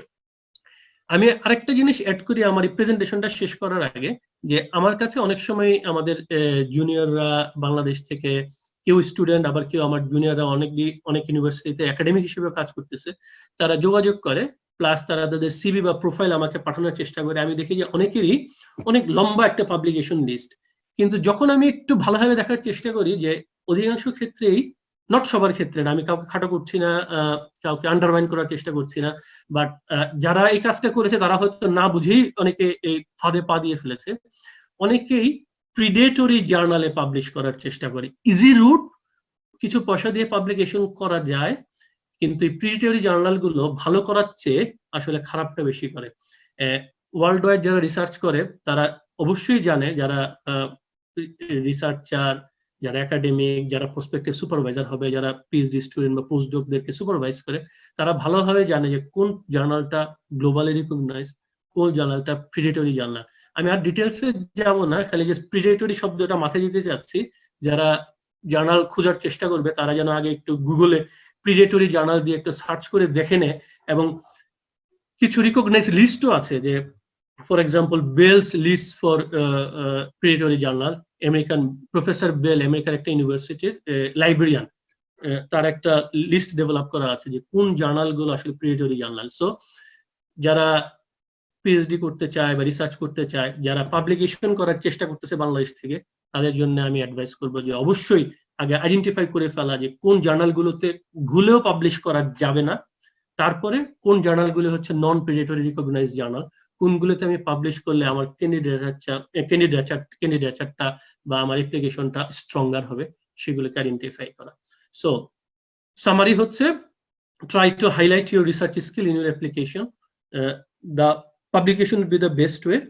এছাড়া যারা পাবলিকেশন ছাড়াও যদি কারো কোনো প্রজেক্ট ওয়ার্ক বা কোনো বাংলাদেশে টেক্সটাইল ট্যালেন্ট হান্টের মতন কম্পিটিশন আছে, ওগুলোতে যারা পার্টিসিপেট করতেছে তারা সার্টেনলি অ্যাডভান্টেজিয়াস কন্ডিশনে থাকবে। So that's all from my presentation. তো তারপরে যদি কোনো কোশ্চেন থাকে I would be happy to answer. Thank you panelist. আমি একটা কথাই বলতে চাই, সেটা হচ্ছে যে ইউর ফেইলিয়র্স আর ইউর স্টেটমেন্ট অফ পারপাস। এবং এটাই শুনতে চাই যে তুমি প্রতিবার ফেল করার পরেও যে কিভাবে উঠে দাঁড়াইছো এবং how you make your life, এটাই মোটিভেশন লেটার, এটাই স্টেটমেন্ট অফ পারপাস, এটাই হচ্ছে পার্সোনাল স্টেটমেন্ট, এটাই হচ্ছে এক্সপ্রেশন অফ ইন্টারেস্ট। এবং সবাইকে এই কথাই বলে শেষ করতেছে, আমি আমার স্পিকারদের প্যানেলিস্টকে অসংখ্য ধন্যবাদ জানাই। ওনাদের সাথে আমার প্রচুর সময় কাটছে, ভালো সময় কাটছে, আজকে খুবই ভালো সময় কাটলো। আর অবশ্যই পার্টিসিপেন্ট যারা ধৈর্য ধরে 3 ঘন্টা শুনছো, তাদেরকে অসংখ্য ধন্যবাদ। হয়তো কোনো এক সময় তোমরা যারা এখানে ছিল মানে অডিয়েন্সে, তারাই একদিন এই সেশন গুলো নিবা প্যানেলিস্ট হয়ে, এবং তখন হয়তো এই সেশন গুলোকে হয়তো রিমাইন্ড করবো যে হাউ মানে হচ্ছে যে কন্ট্রিবিউটস অথবা motivated your journey. So thank you very much. আমরা আজকে এখানেই শেষ করছি। ধন্যবাদ, আল্লাহ হাফেজ।